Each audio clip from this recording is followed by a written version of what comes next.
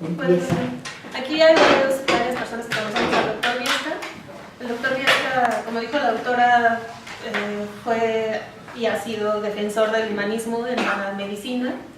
Fue de los pioneros en el Departamento de Historia y Filosofía de la Medicina, es jefe del posgrado, actualmente dirige el posgrado en bioética y bueno, se ha especializado. Cuando iba a hablar sobre sus especialidades fue difícil porque aunque ha dedicado mucho tiempo a estudiar la medicina indígena y precolombina, finalmente pues yo creo que es erudito en general de la historia de la medicina, ¿no? Y de cualquier tema nos puede hablar ampliamente.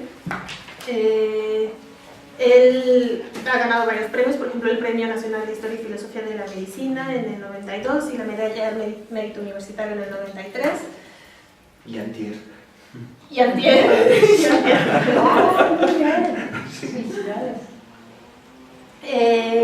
Y entre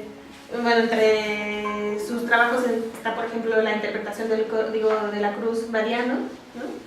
Interesado principalmente en las enfermedades mentales.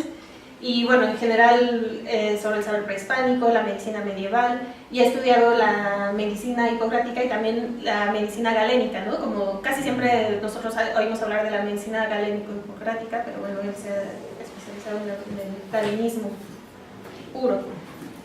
Y bueno, es investigador del Sistema Nacional de Investigadores, nivel 3, y profesor de tiempo completo, ¿no? de varios posgrados, de bioética, historia, filosofía y coordinador de muchísimos estudiantes, ¿no? De tesis. Gracias, Natalie. Bueno, pues muchas gracias por la invitación, Atocha. Y como platicábamos con Cecilia y contigo, pensar en medicina hipocrática dice mucho y no dice nada al mismo tiempo, porque estamos hablando realmente de 2500 años de tradición. Ha habido rescates, y el primero es el que hace Galeno. O sea, si pensamos, Hipócrates muere más o menos en el año 380. Digo más o menos porque antes decían que era fecha fija, y ahora hay dudas si son 3 años después o 2, es un poquito más de 380. Y otra cosa que es muy interesante, muere con más de 80 años de edad. Es decir, su obra no la podemos ver como una obra, sino como una evolución del pensamiento. Entonces, creo que es otra cosa muy importante que muchas veces se nos olvida con personajes, pues como Galeno también, que Galeno vive 87 años, y no es lo mismo Galeno de 30 que Galeno de 85. O Heidegger,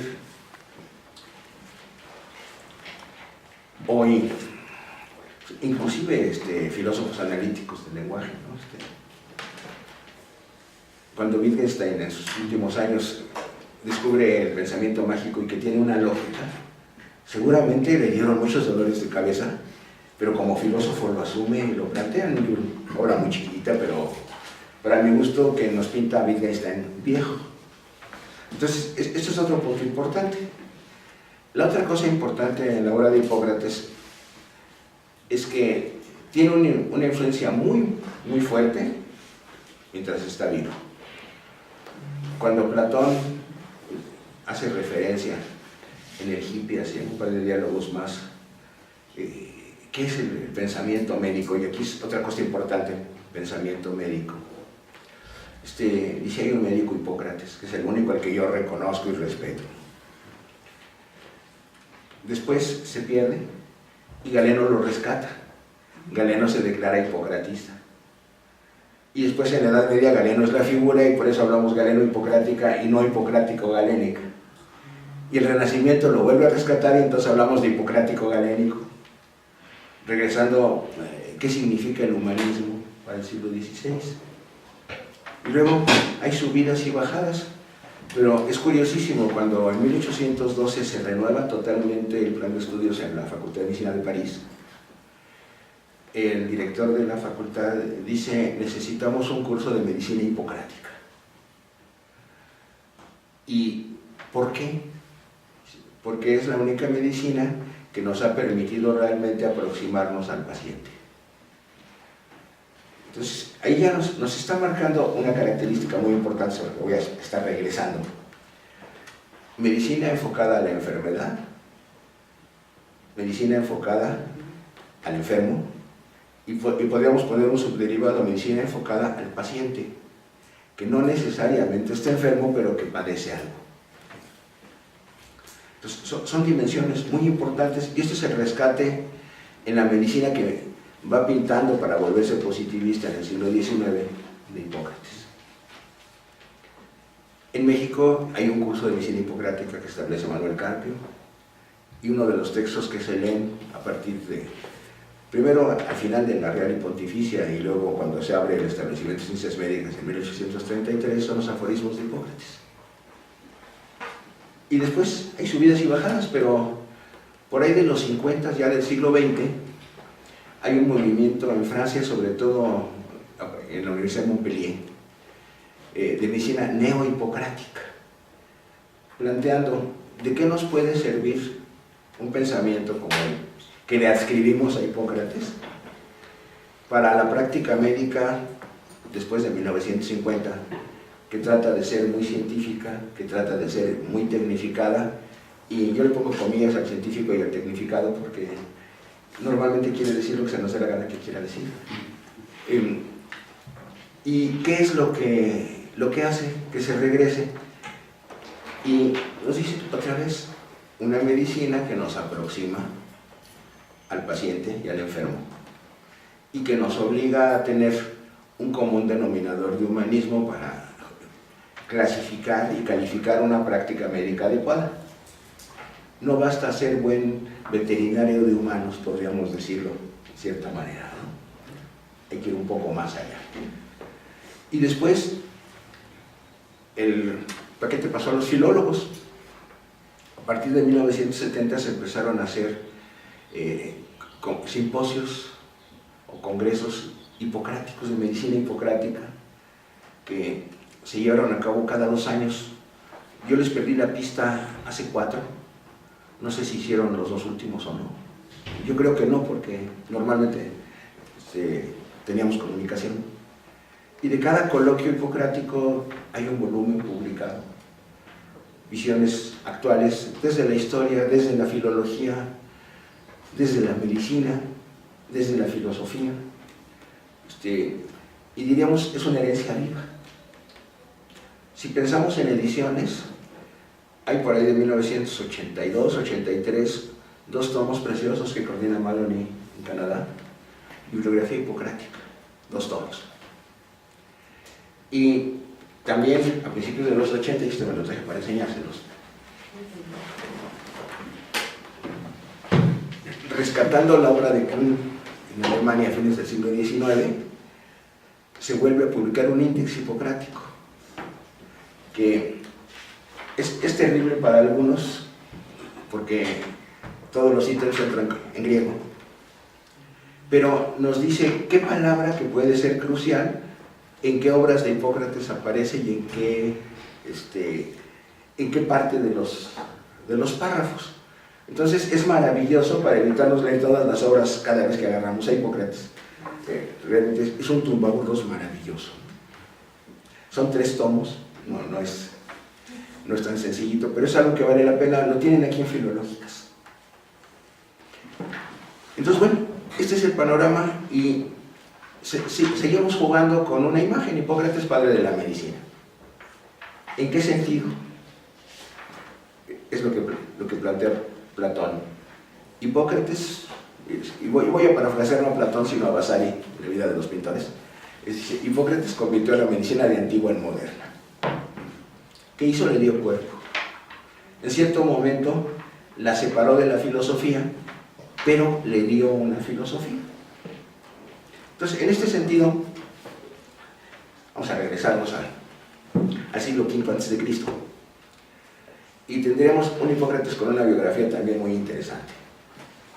En todas las ediciones renacentistas de Hipócrates aparece una pequeña biografía de Hipócrates que viene de un médico Sorano de Éfeso, del mundo griego, enfrentito, Éfeso muy cerquita de la isla de Kos, y Sorano, un médico muy cercano a la tradición hipocrática. Él está ya en el siglo II después de Cristo, y hace una biografía de 2 paginitas, de Hipócrates, pero los datos son muy interesantes.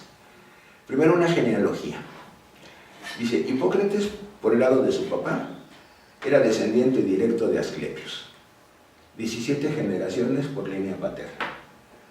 Y esto hasta por ahí de 1880, decíamos, qué lindo mito, ¿verdad? Pero cuando Schliemann descubre Troya y nos dice que nos acordemos que en Troya estaban 2 hijos de Asclepios trabajando como médicos en el ejército griego, pues nos regresa a la realidad.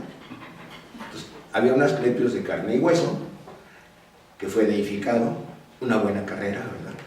Pasa de médico a padre de los médicos de Agamenón y de Menelao, a dios de la medicina, pues no es mala la trayectoria, ¿no? Pero deja descendientes. Y tenemos Hipócrates, dice Asclepíade, 17 generaciones. Aristóteles es en 18 generaciones, entonces venía siendo su tío. Este es otro dato interesante y que nos permite también ver a Aristóteles con otros ojos. No solo, Hipócrates, tío de Aristóteles. De Aristóteles, sí. Tío lejano, porque el padre de Aristóteles era Asclepíade, en 17 sería primo de Hipócrates. Pero una misma tradición médica, que se divide en varias ramas. Otra vez la Ilíada es el dato. Un grupo, uno de los 2 hijos de Asclepios, naufraga en Cos y se queda en Cos. De ahí viene Hipócrates. Otro se va más al sur y se queda en Cnido, una península que está a unos kilómetros al sur de la isla de Cos. Y algunos de los descendientes de ellos piensan que de la rama de Cos emigra a Tesalia y de ahí viene Aristóteles. Entonces hay un vínculo familiar y un grupo médico muy particular que van transmitiendo de generación en generación un conocimiento, vamos a plantearlo empírico, mágico, religioso. El que el abuelo se haya convertido en dios en la medicina, pues daba una ventaja. Cuando decimos vamos a consultar a un especialista, decimos voy a consultar con mi bisabuelo, ¿no? Y eso te da la bendición divina y no hay posibilidad de equivocarse. De hecho, y esto es otra cosa curiosa que nos permite entender más el pensamiento de Hipócrates, los templos de Asclepios reciben enfermos, pero son atendidos por sacerdotes, otra vez muchas comillas, que son médicos descendientes de Asclepios y que van a dar consulta. Y que cuando tienen problemas con la consulta dicen, bueno, vamos a pedir una interconsulta al dios. Y se establece un procedimiento que se llamó incubación, encoimesis, en donde los enfermos duermen en un pórtico, en donde se les da de comer a las serpientes, pitones, que son el símbolo de Asclepios y el símbolo de la medicina, sí. Serpientes inanitas, porque ahora cuando se pone el caduceo de mercurio, como pusieron en el metro del centro médico estúpidamente, eso no significa medicina, sino el comercio con la medicina. Y ese logo se lo debemos a la American Medical Association. Yo pienso que ellos lo hicieron muy conscientemente, o bien que el inconsciente es muy delicado, cualquiera de las dos cosas, ¿no? Vieron que las asociaciones farmacéuticas tomaban ese símbolo, y eso sí es correctísimo, vendemos medicamentos, y dijeron, ¡ay, qué maravilloso símbolo! Vamos a convertirlo. Lo copian. Y luego, aquí algunos se los copian también. Pero verán que en la Academia de Medicina no hay caduceo, y que en el Palacio de Medicina tenemos el bastón con las serpientes, pero sin alitas. Entonces, son dos cosas que van muy cerca, pero que no es lo mismo. Entonces, duermen los pacientes ahí, y las serpientes pasan encima de ellos porque les dan de comer en el pórtico, les ponen sus escudillas con leche, de manera que las serpientes se suban y se bajen de los pacientes, y haya contacto. Y eso induce sueños, por eso se llama incubación. El dios es el que se incuba en el sueño, y lo que el paciente sueña es interpretado por los médicos para completar el diagnóstico con esta interconsulta. Y hay cosas desde las más, unas muy simpáticas y unas muy exóticas. Una muy simpática, una señora que llevaba 4 años de embarazo y el niño no quería nacer. no nacía y no nacía. Ya se imaginarán cómo andaba la pobre mujer ya. Un embarazo de 4 años, ¿verdad? Llega a la consulta y dice, no, pues esto le toca a Dios. La señora se duerme, sueña que nace su niño y despierta con un niño de 3 años sentadito junto a ella. Se acabó, era un embarazo falso, psicológico, y le encontraron solución a la señora y un niño huérfano. Es impecable el asunto, ¿no?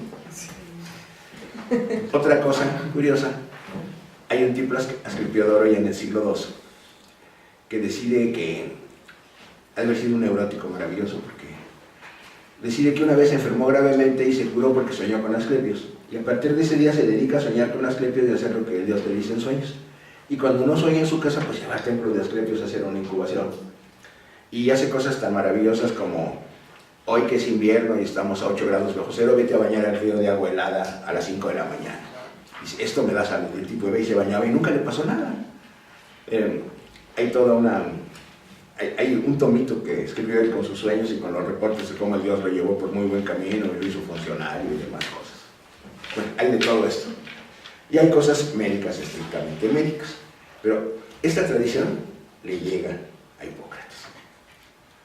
Segunda tradición que le llega a Hipócrates, Kos está a 5 kilómetros de ciudades importantes en la costa de Asia Menor. Mileto, Éfeso. Entonces, la segunda gran tradición que recoge es la de los filósofos presocráticos, que curiosamente podemos jugar con los términos. En unas son filósofos presocráticos, en otras son filósofos prehipocráticos, y pensamos en una filosofía de la medicina. Porque finalmente Tales de Mileto habla de enfermedad. Otros, como Empédocles, era médico y trabaja como médico todo el tiempo, paralelamente.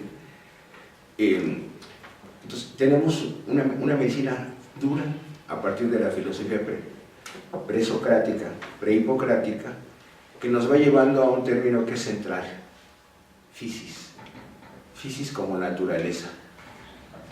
Y toda esta transición que se hace de un paso de la divinidad a lo divino. Esto es muy, muy importante en términos filosóficos.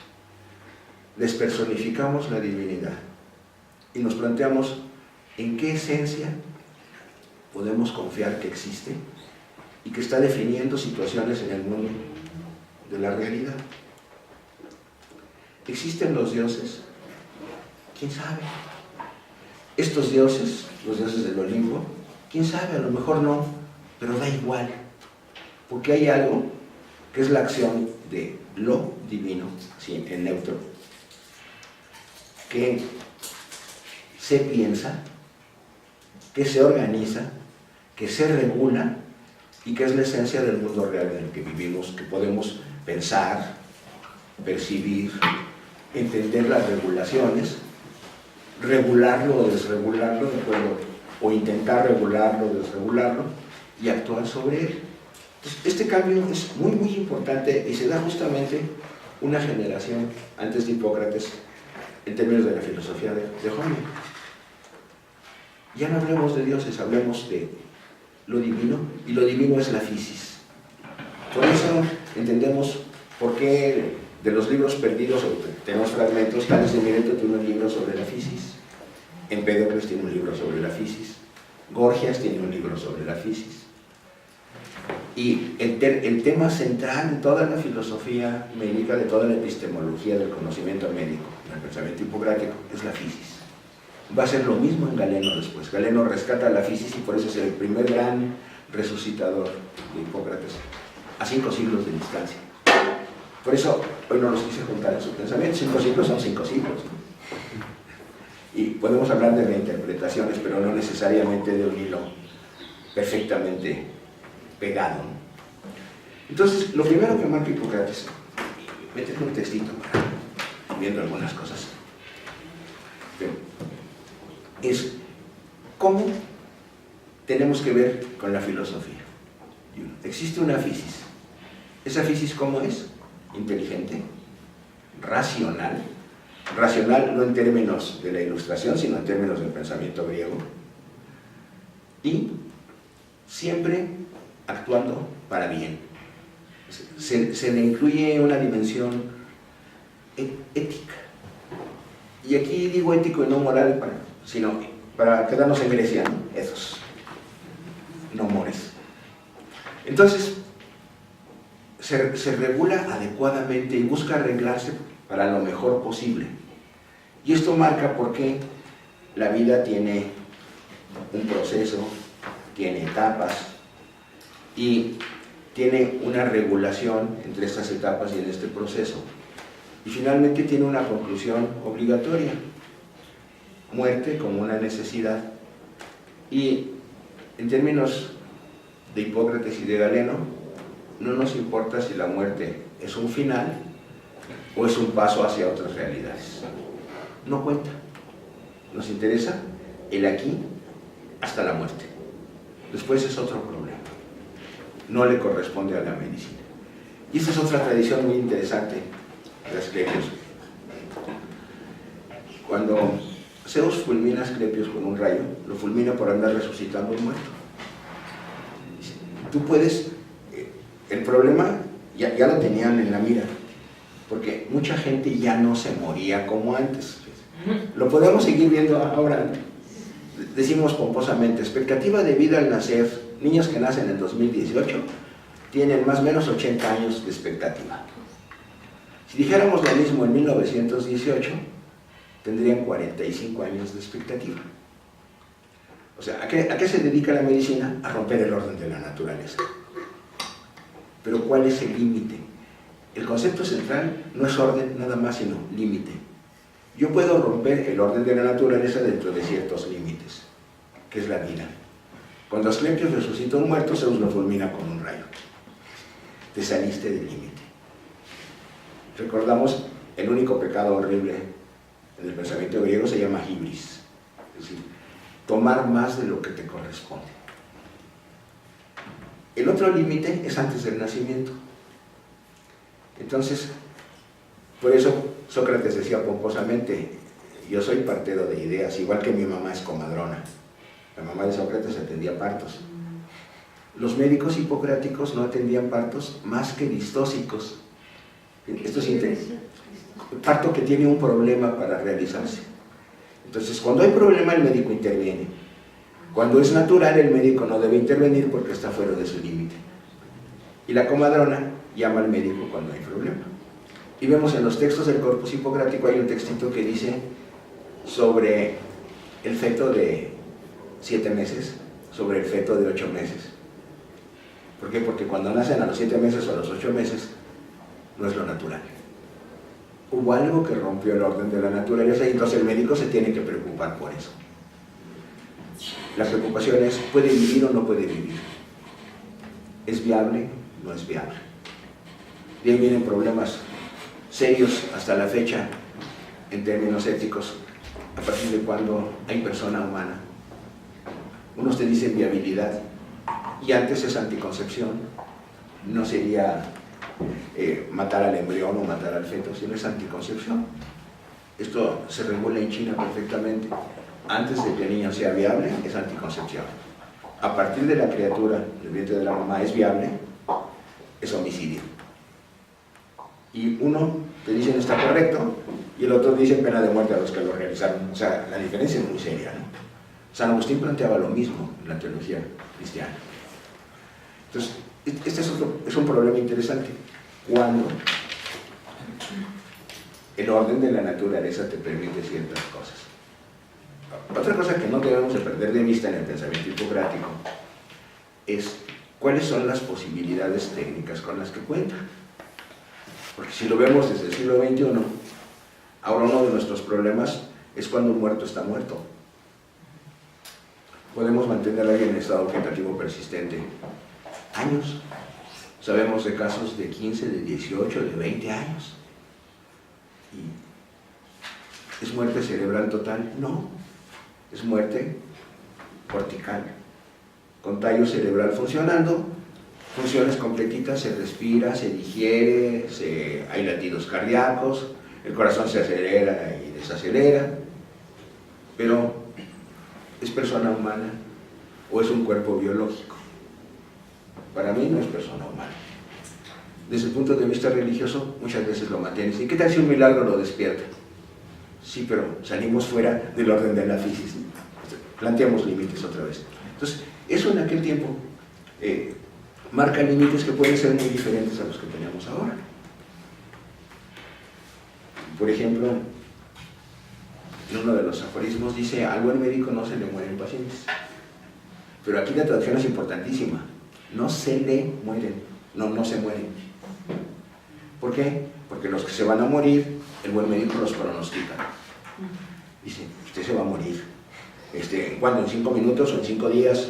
O en un lapso que va entre 5 minutos y 5 meses. Pero su enfermedad es mortal.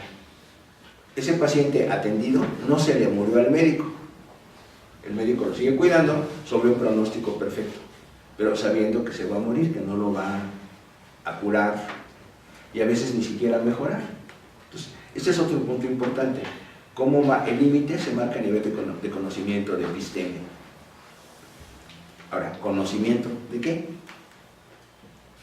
Naturaleza humana. ¿Cómo es la naturaleza humana? Y ahí hay un texto de los poquísimos del Corpus Hipocrático.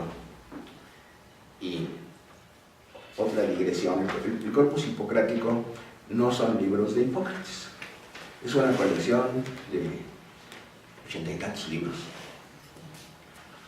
que se recopila en el siglo I y II antes de Cristo, que toma su forma completa en el siglo I después de Cristo, y que reúne los textos griegos que venían desde tiempos de Hipócrates hasta ese momento. Entonces, hay situaciones de leyenda. Por ejemplo, las 10 cartas hipocráticas, es un texto delicioso además, y fue de los más influyentes para el hipocratismo renacentista, son plenamente falsas. Se redactaron en el siglo II a.C. Posiblemente tengan algún conocimiento anecdótico que lo pasaron a literatura, a lo mejor son totalmente falsas hasta en los hechos. Una muy importante es la consulta que da Hipócrates a Demócrito y que ha causado rabia. Ahorita en Wolfenbüttel, en Alemania, hay un investigador que lleva 10 años trabajando en las cartas hipocráticas y en la consulta de Hipócrates a Demócrito, Thomas Ritter, que ha escrito un par de libros deliciosos, que luego, si quieres, tengo uno de los libros en CD, luego se los paso. El horror es que están en alemán, pero podemos encontrar ahí que nos los traduzcan. Pero la consulta es maravillosa. Hipócrates, médico famoso. Y aquí tenemos otra característica. El buen médico, además de que no se le mueren pacientes, debe de ser periodenta. ¿Qué significa esto? Médico viajero, al que invitan a dar consulta y conferencias a diferentes partes del mundo griego. Entonces, esto nos explica el bastón de Asclepios. Si pensamos en Grecia, sin ferrocarriles, con subidas y bajadas, un lugar muy montañoso, el periodeuta generalmente era un médico viejo como de 40 años. Eso ya no está marcando diferencias, ¿verdad?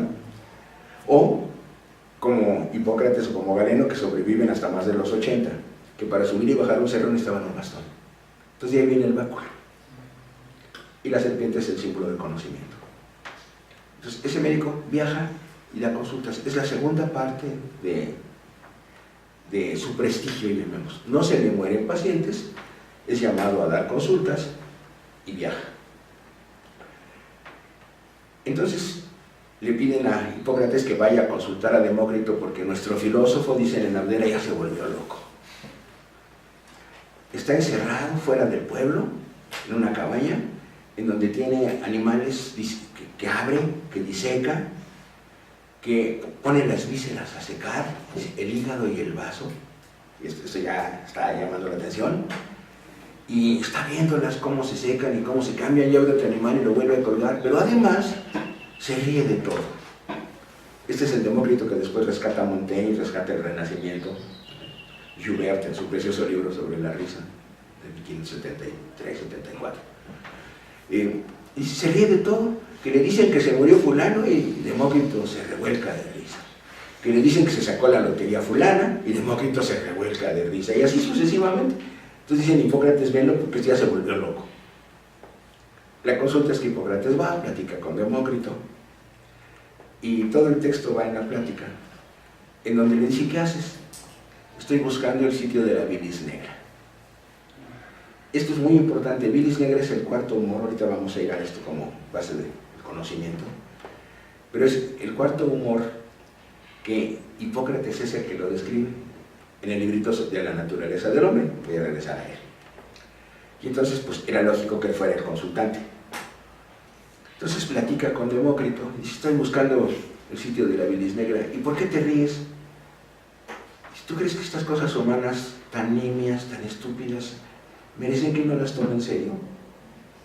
Si alguien se muere puede ser una fortuna para él o para su familia. Si alguien tiene una bendición, puede ser una fortuna para él o para su familia, o no saben qué desgracia les va a traer, y las dos son motivo de risa. Y de ahí en adelante, ¿no? Entonces cuando Hipócrates regresa y se despide, el pueblo de Abdera le dice, oye, ¿lo vas a tratar? ¿Se va a componer? Dice, fíjate que no lo voy a tratar, porque sí tiene una enfermedad muy grave, se llama hiperfilosofía. Y en cierto sentido dice, yo soy su discípulo.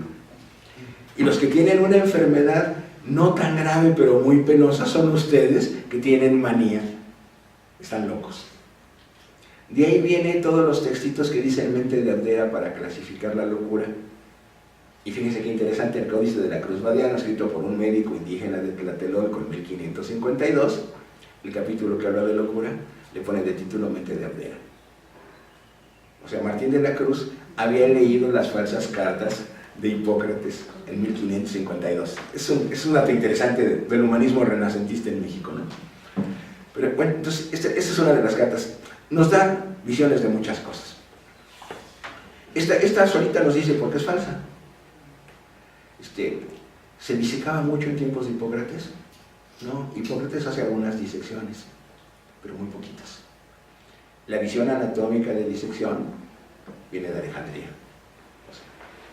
80 años después de la muerte de Hipócrates. Demócrito y Hipócrates eran más o menos contemporáneos, Demócrito mayor. Entonces, es un juego que nos permite husmear que esto es una manufactura posterior y se va creando una leyenda. En las cartas hay cosas muy interesantes. Pero bilis negra, que fue el motivo de esto. ¿Qué es lo que sucede ahí? Que para el tiempo de Hipócrates la medicina empezó a convertirse en científica. Y aquí yo quiero insistir mucho. A mí me gusta llamar ciencia el conocimiento calificado de cualquier época y cultura de la humanidad. No me gusta la restricción de que hay ciencia positiva y la demás no es. Porque dentro de 10 años todos los positivistas van a ser pensadores mágicos, si lo queremos ver amablemente, o equivocados totales si lo queremos ver más rudamente, ¿no? Y ahí podríamos estar todos nosotros, porque ahorita nos toca ser razonablemente positivistas. Yo digo razonablemente, no positivistas a ciegas. A mí me ha tocado esa transición. Ya se imaginarán, formado en la Facultad de Medicina hace 50 y tantos años. Éramos positivistas duros. Todavía en mi época. Todavía en mi época. Bueno, sí. y ahora son positivistas biológico-moleculares. Sí. Y tenemos el enclave de virus vivo de inquietud, que es historia y filosofía de la medicina, ¿no? Pero bueno, entonces en cierto momento dices, hay ciencia, hay magia, hay religión, así como le gustaba a Comte. Y después dices, no, pues hay conocimiento. Y magia y religión tienen conocimiento perfectamente validado epistémicamente en su contexto. Si lo descontextualizamos puede ser falso. Lo recontextualizamos, tratamos de entender qué pasaba. No quiere decir que nos convirtamos sino que tratemos de entender qué pasaba. Y esto nos permite también hablar de una filosofía de la historia en que el externalismo y el internalismo se tienen que conjugar para poder hablar en serio. O sea, nunca estamos dentro de la medicina hipocrática, ya no. Pero sí podemos tratar de entenderla. Y en cierto momento podemos tratar de plantear desde la medicina qué significa para nosotros, desde la filosofía qué significa para la filosofía de la ciencia actual, desde la filología, etc. Y esto sería un internalismo. Entiendo que me baso en los textos y me salgo de los textos para entender qué pasa. Eso es un juego continuo de entrar y salir. Yo no entiendo la historia de otra manera. Y puedes escribir un texto desde una visión y buscar el otro desde otra, pero siempre entendiendo que son parciales. Entonces, ¿qué hereda Hipócrates? Para cuando él aprende medicina, y aquí hay un texto que se llama Nomos, que da base del conocimiento. Dice, para aprender medicina necesitamos que las personas lleguen a estudiar a buena edad. ¿Cómo qué edad? Entre los 4 y los 5 años. Dice, ¿qué de tiempo desperdiciamos hoy, verdad? ¿Y qué va a hacer? Bueno, pues va a durar ahí hasta que aprenda. Generalmente son entre 5 y 7 años. Es decir, entre los 12 y los 15 años ya más o menos era médico, un médico hipocrático. Y después, bueno, después tiene que empezar a hacer las cosas solo con la guía de su padre. Hablamos descendientes de Asclepios que enseñan a los hijos. Y después, y esto se marca en el juramento, después en el tiempo, no con su padre, sino con su padre adoptivo. Es decir, hay un momento que el juramento es el que abre brecha. Es decir, recibamos gentes que no son asclepíades, siempre y cuando tengan, esto se establece en el textito del Nomos, siempre que tengan facultades naturales, disposición, ánimo para aprender, resistencia para aguantar todos los años de aprendizaje, y después el tiempo hará que se madure. Entonces, a partir del tiempo de Hipócrates pueden aparecer médicos o estudiantes de medicina no asclepíades, que serán médicos no asclepíades, que se volvieron asclepíades por adopción. Razón: aumento poblacional y necesidades de atención. Grecia crece, se expande en el Mediterráneo oriental y aparecen otras necesidades. ¿Cómo se garantiza que haya médicos adecuados? Pues igual que ahorita tenemos el problema. La SEP ha autorizado 70 escuelas o facultades de medicina en los últimos 3 años, que no tienen garantía de laboratorios, que no tienen garantía de campos clínicos y que nos aseguran que van a ser médicos no asclepíades los que van a egresar de ahí, y que eso es un problema social que se debe de atender. Estamos hablando aquí en 2018. Es el mismo problema que se vive en Grecia en 425 o 430 a.C. ¿Cómo garantizamos que estén bien preparados? Adoptándolos por asclepíades en aquel momento. Entonces, ¿qué saben los asclepíades en ese momento? Que existe una fisis que, como decía Empédocles, es parte, la fisis del hombre, naturaleza humana, naturaleza del hombre. Eso corresponde a la fisis general y es una parte de la fisis general. Empédocles hablaba de una teoría de los vórtices, de los torbellinos. Sí, el universo es un torbellino en el que hasta arriba tenemos átomos, partículas indivisibles de fuego, y hasta abajo tenemos de tierra. Y esto está girando, la tierra gira más pesado, y abajo hay más tierra y poquito fuego, y hasta arriba hay mucho fuego y poquitita tierra, y en medio tenemos aire y tenemos agua. Es la teoría de los 4 elementos que termina Empédocles, y que obliga a los médicos, ahora ya hipocráticos, Empédocles es un poquito anterior a Hipócrates, a pensar, bueno, estos elementos los encontramos dentro del ser humano. Tenemos el primer problema con su conocimiento. ¿Hay fuego adentro del ser humano? ¿Hay calor? No hay fuego. ¿Hay agua? No, hay líquidos. Unos más calientes y otros más fríos. ¿Sí? Más caliente es la sangre. Sale sangre y se siente calientito. Alguien que tiene una herida dice, ay, sentí calientito por aquí, y era sangre, ¿no? Más fríos. las diarreas con mucosidad. Todavía en el lenguaje mexicano coloquial nos llegan pacientes que dicen, fíjese que tengo frialdad, fui al baño y obré con frialdad. No mató a alguien a sangre fría, tuvo una evacuación con moco, con mucosidad. Eso es frío. El moco es frío porque es el que te sale de la nariz cuando te resfrías. Y estamos viendo asociaciones inductivas directas. Ya vamos a entrar en un método de conocimiento. Entonces, la primera pregunta que se plantea Hipócrates, o que se plantean los médicos hipocráticos una generación antes de él, es, si no encontramos elementos físicos adentro del ser humano, ¿qué encontramos? Alguna sustancia que camine por todo el cuerpo, que se manifieste en cualquier parte del cuerpo y que corresponda a un elemento físico en cuestión. Entonces tenemos de entrada, ahora por deducción, una situación. Si hay 4 elementos físicos y no hemos encontrado más, debe de haber 4 sustancias que correspondan a los elementos físicos, que circulan, bueno, no circulan, se distribuyen por la sangre, no se creía en la circulación en ese momento, no se conocía, y que llegan a distintas partes del cuerpo y permiten que las funciones de esas partes del cuerpo se lleven a cabo de una manera adecuada.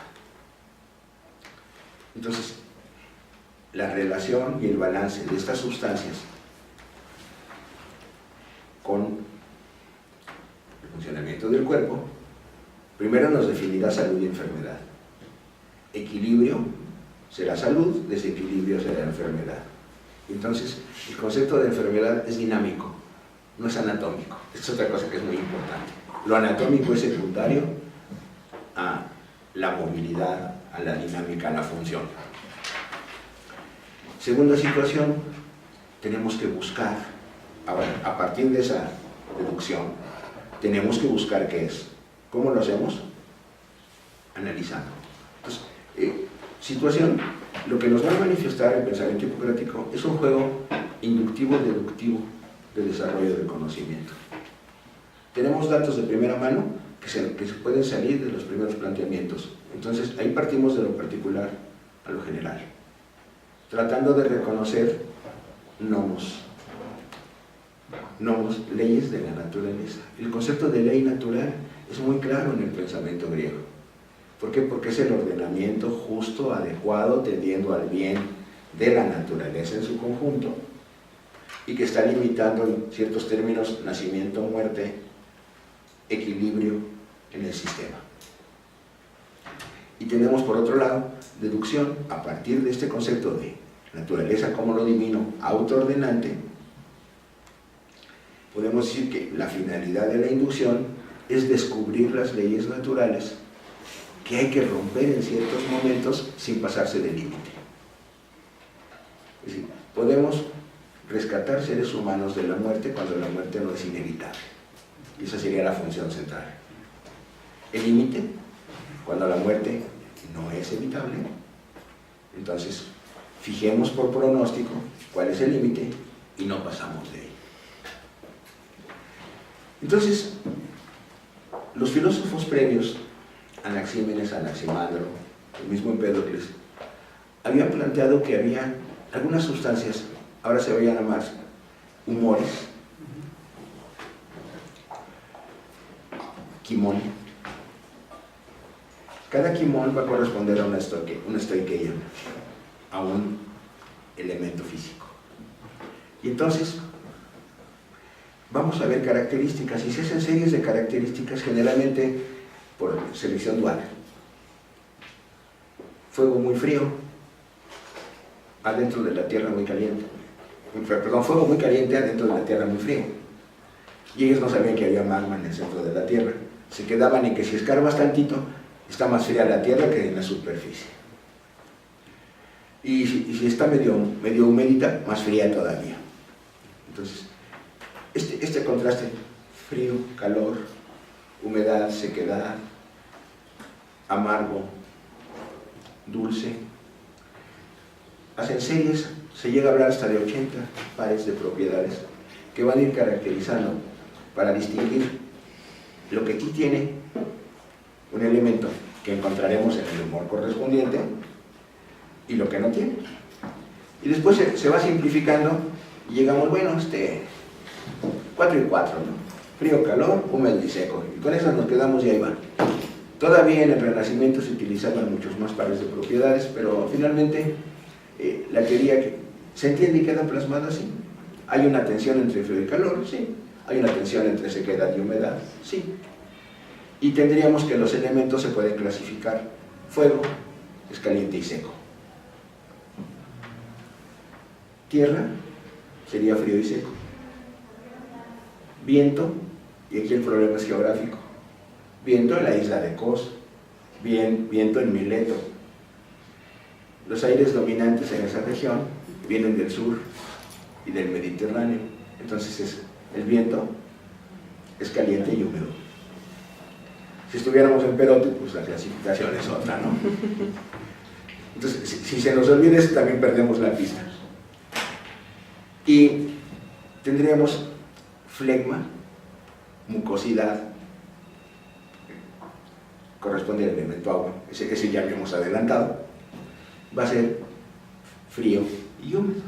Entonces tenemos 2 pares de propiedades, 4 elementos y sustancias a buscar. Los filósofos prehipocráticos ya habían dicho, hay mucosidad que es fría y húmeda. Entonces esa corresponde al elemento agua y la tenemos en el cuerpo. Hay sustancia caliente y húmeda que corresponde a la respiración. Ese es el aire. En el cuerpo, ¿qué sería? La sangre. ¿Y por qué la sangre?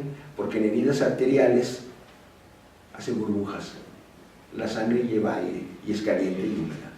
Entonces volvemos a una observación directa que permite hacer una inferencia y que por inducción nos permite identificar con un elemento.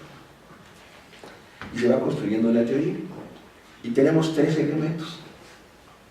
En tiempos de Hipócrates, les decía, el libro sobre la naturaleza del hombre data más o menos del año 427 a 425.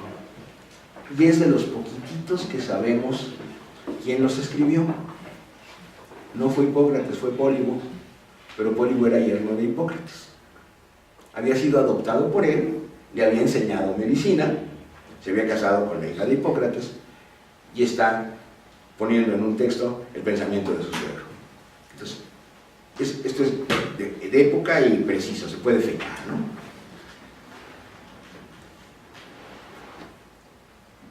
Dice, lo primero, no existe, el auditorio habitual, empieza Pólibo, de aquellos que, disertando sobre la naturaleza del hombre, van más allá de sus relaciones con la medicina, no tiene ningún interés a entender este discurso que yo comienzo. Esta frasecita es muy importante. Dice, necesitamos deslindarnos un poquito de la filosofía de los milesios. Esto va a aparecer después en un texto que todo indica que sí es de puño y letra de Hipócrates, de la medicina antigua, en donde él caracteriza cuál es la medicina antigua y cuál es la medicina moderna en términos de conocimiento. Ahorita vamos a regresar a él, es otro texto importantísimo. Y aquí Pólibo nos dice, lo que interesa es cuáles son las sustancias que se manifiestan en el cuerpo. No son los 4 elementos físicos, si nos menciona lo que acabamos de decir. Hay otras sustancias. ¿Qué se debe exigir a aquel que pretende tener nociones positivas sobre las cosas? Aquí el positivo es muy interesante, porque estoy leyendo la traducción de Littré.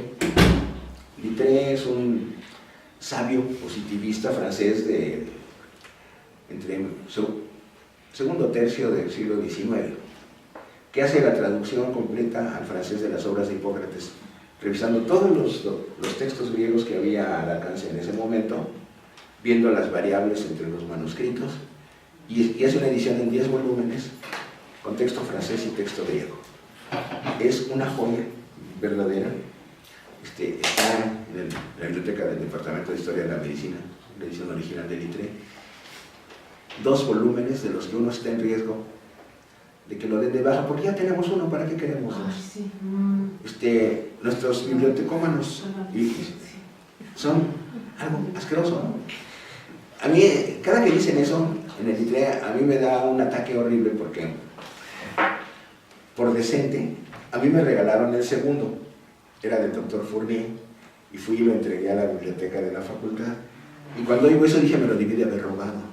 A veces hay que ser inmoral para ser ético, ¿no? Pero no me lo robé y me sigue doliendo. Hasta ahorita he logrado evitar que lo den de baja. Si pensamos económicamente, darlo de baja es otra estupidez porque lo podían vender bien caro, ¿no? Anecdóticamente, hace algunos años, otra barbaridad de los bibliotecarios, tiraron la biblioteca de la antigua Escuela Nacional Preparatoria, porque ya no había escuela preparatoria en el centro y no les gustaba el espacio.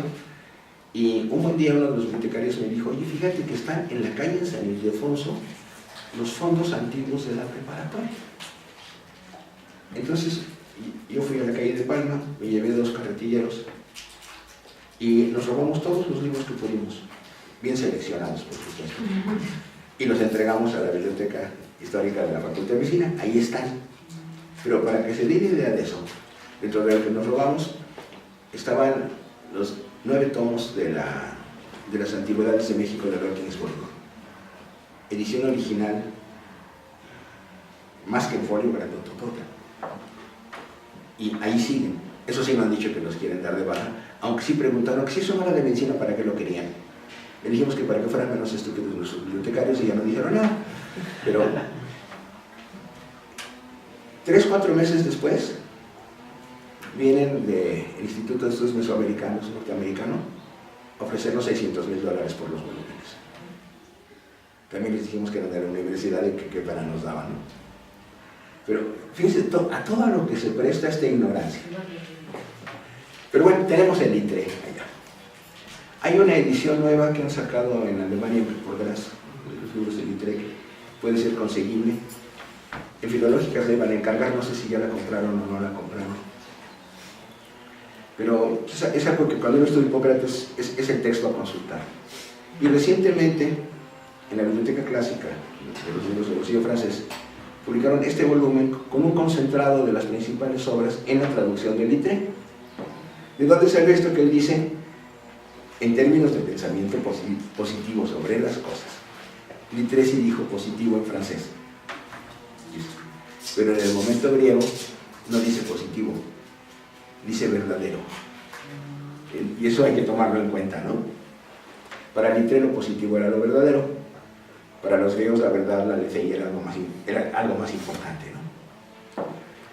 Entonces de repente hay que ir leyendo entre renglones, que es otra de las tareas que son muy bonitas. Dice, ¿qué es lo que necesitamos? Esas realidades sí, pero ¿cómo explicarlas en el cuerpo humano? Necesitamos estudiar la naturaleza del hombre. Hay un sistema de la unidad de las sustancias en la medicina. Si el ser humano es uno, y estamos hablando de especie humana, hay variables hacia su interior. Y esto nos lleva a decir, por generación, y empiezan las pruebas. Este es un tratado de epistemología práctica. Dice, por generación, la generación no puede hacerse por un solo individuo. Empezamos con esto, dice. Como en efecto un ser único engendraría sin unirse a alguien más. Estamos ya hablando dentro de la fisis. La fisis es otro boleto, nos interesa la realidad inmediata.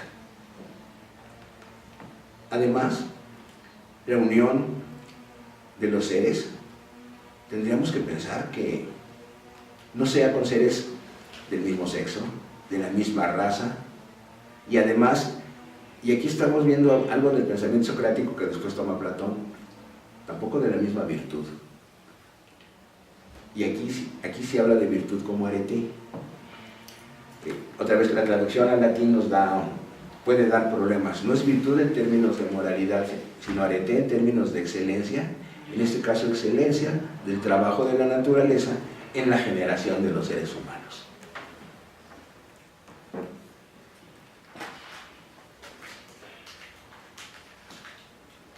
reunir lo caliente con lo frío, lo seco con la humedad, debe de hacer que se correspondan, no con moderación e igualdad, sino tomando en cuenta qué es lo que hace uno sobre el otro, el más fuerte sobre el más débil, porque si esto no sucede, la generación no se da. Tenemos que ver diferencias. Estos dos renglones es un texto contra la segunda ley de la termodinámica. No podemos llegar a un estado de equilibrio absoluto porque no hay vida. Necesitamos un desequilibrio razonable que permita que haya vida. Y necesitamos, aquí nos dice Pólibo, elementos más fuertes, elementos más débiles, tal como se manifiestan en cada ser humano en particular. Pero eso no quiere decir que sean los mismos en todos los seres humanos. Y esto nos lleva a la teoría de los temperamentos. Dependiendo de cuál sea, aquí todavía el elemento predominante, más adelante el humor predominante, tenemos diferencias de grupos de seres humanos que nos explican algo que en otro texto Hipócrates nos va a decir. En el cuerpo, otro texto que es el final de este mismo librito, dice, en el cuerpo siempre debe de haber un humor dominante. Y eso significa democracia. Si en democracia no hay un gobierno, no es democracia, es anarquía. Está parafraseando a Solón, al fin de cuentas. Esto pasa también en el cuerpo. Igual que pasa en la polis, pasa en el cuerpo. Filosofía política, filosofía de la naturaleza. Nos lleva a las dos posibilidades teóricas. Democracia adecuada con un gobierno legítimo. Democracia adecuada de los humores con el gobierno legítimo de un humor sobre los demás. Y entonces tenemos individuos que van a tener más fuego, más agua, más tierra, más aire, como dominante, y nos va a explicar por qué unos humanos somos más altos, más chaparros, más gordos, más flacos, tenemos más temperatura, sudamos más o sudamos menos, etcétera, etcétera, etcétera. Y si el humor dominante pierde, hay anarquía. Y entonces se nos mueren, se nos enferman y se nos mueren los humanos. Función de la medicina, actuar contra estos desequilibrios. ¿Esos humores dominantes permanecen dominantes en ese ser toda su existencia? Sí. Puede haber variaciones, pero nada más de grado. No se puede cambiar un humor por otro. O sea, el dominio de un humor por otro no. No, eso daría enfermedad. Ahorita vamos a ver algunos ejemplos. Sí, es que a mí esta idea de que el humor determina a la persona desde el nacimiento me llama mucho la atención, porque cuando estaba estudiando lo de Semmelweis y leía que una de las teorías de por qué las mujeres enfermaban de fiebre puerperal en el siglo XIX era porque ellas tendían a padecer enfermedades calientes y húmedas, es decir, el hecho de que tuvieran fiebre era por una tendencia de la mujer natural a la humedad, ¿no? En términos de humores, claro, y al calor, que por un lado las hacía más temperamentales, ¿no? Contrario al hombre, entonces había mucha esta idea de que la mujer era algo más visceral, más humano, menos racional, supongo que en términos, no sé si griegos o renacentistas, porque ya no estaba. Y bueno, me llamaba mucho la atención porque en cierta forma los seres humanos ya estaban determinados para padecer ciertos tipos de enfermedades. Y esa predisposición a padecer cierto tipo de enfermedades también los determinaba en lo social, por su temperamento. Sí, pero mira, ahí estás usando peligrosamente dos palabras: determinación y predisposición. O sea, el humor predispone, no determina. Por eso, por eso Aristóteles como médico asclepiade se preocupa mucho de causas, la diferenciación de causas. ¿Cuáles son las causas determinantes y cuáles son lo que llamaríamos precausas ahora? Mucho de la filosofía de Aristóteles se debe a este mismo problema que tú te encontraste. Y ahí tienes una situación. En términos chuscos, todos los varones hemos percibido que las mujeres son más temperamentales.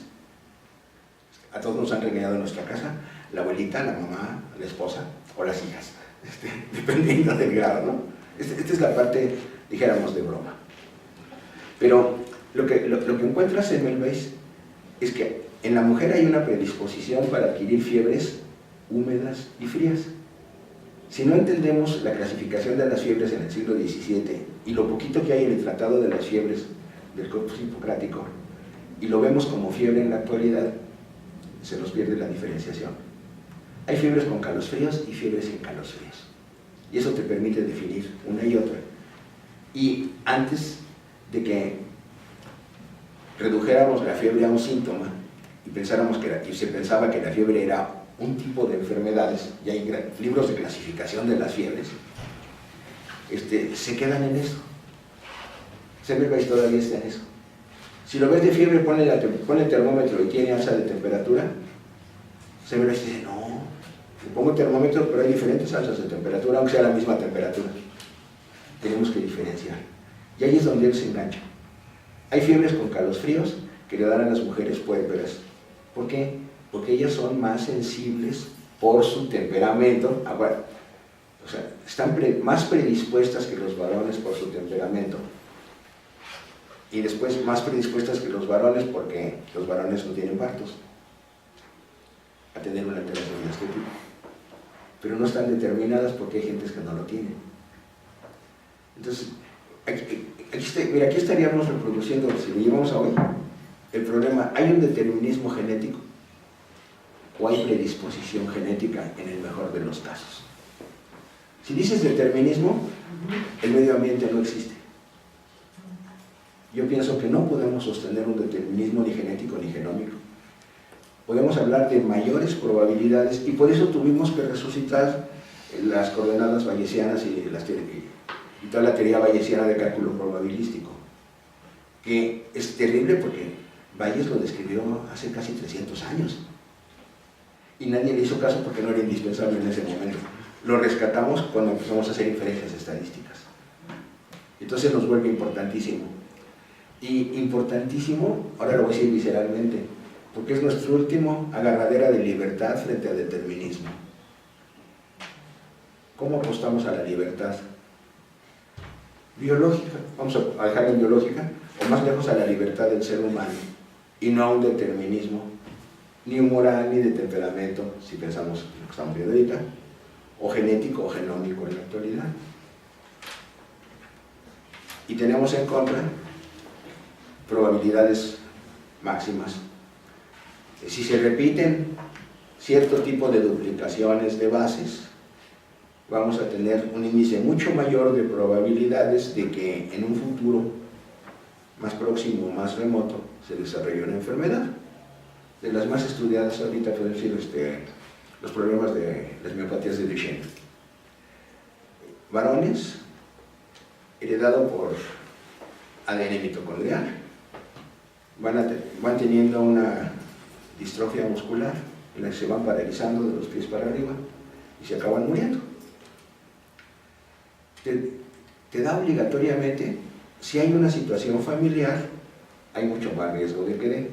Ahora, genómicamente sabemos que si se repite un grupo de bases en donde guanina y alanina se repiten y se repiten y se repiten en dos de los cromosomas, del número de repeticiones depende de que tengan o no tengan enfermedad de Duchenne, y del número de repeticiones depende de que lo tengan más jóvenes o más viejos. Por decir algo, si tienes 3 repeticiones, te va a dar enfermedad de Duchenne cuando cumplas 200 años. Nos reímos. Qué bueno, ¿no? Ya no murió. Si tienes más de 17 repeticiones, lo probable es que les dé entre los 35 y los 40. Y los intermedios. Entonces, aquí llegamos a una medicina predictiva que hablaría de determinismo, pero de determinismo probabilístico, no determinismo determinante, jugando con la redundancia, ¿no? Y el planteamiento es, ¿cuál sería el papel de la medicina?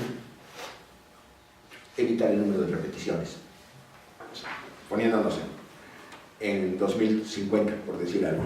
Y aquí ya tenemos posibilidades de hacer cirugía genética, ingeniería genética, para evitar estas repeticiones, con los riesgos que esto implique, pero con ventajas evidentes. Otra vez rompemos el orden de la naturaleza y ahí se engancha libertad. Y entonces, temperamento sería no un determinismo, sino una predisposición. Yo pienso que esto filosóficamente es importantísimo de distinguirlo, porque si no nos clavamos. Si es determinante ya no podemos hacer nada. Si es predisposición, debemos actuar. Y, vuelve, al buen médico no se le mueren pacientes. Debemos actuar de acuerdo a inferencias pronósticas para decir, le puede dar este problema, porque además no podemos asegurar que la repetición de bases obligadamente a esa persona le dé el problema a esos años. Porque vamos a encontrar los casos que te rompen la serie. Son los que habría que estudiar. La naturaleza se comporta de esta manera. Ahora, filosofía de la medicina. ¿Qué debo de hacer? Romper el orden de la naturaleza para que se comporte de otra manera y podamos evitarle el problema a esta persona. Y ahí entra Seabra Weiss. Así impecable, ¿no? Dice, yo descubrí que hay esto y se está lavándome las manos.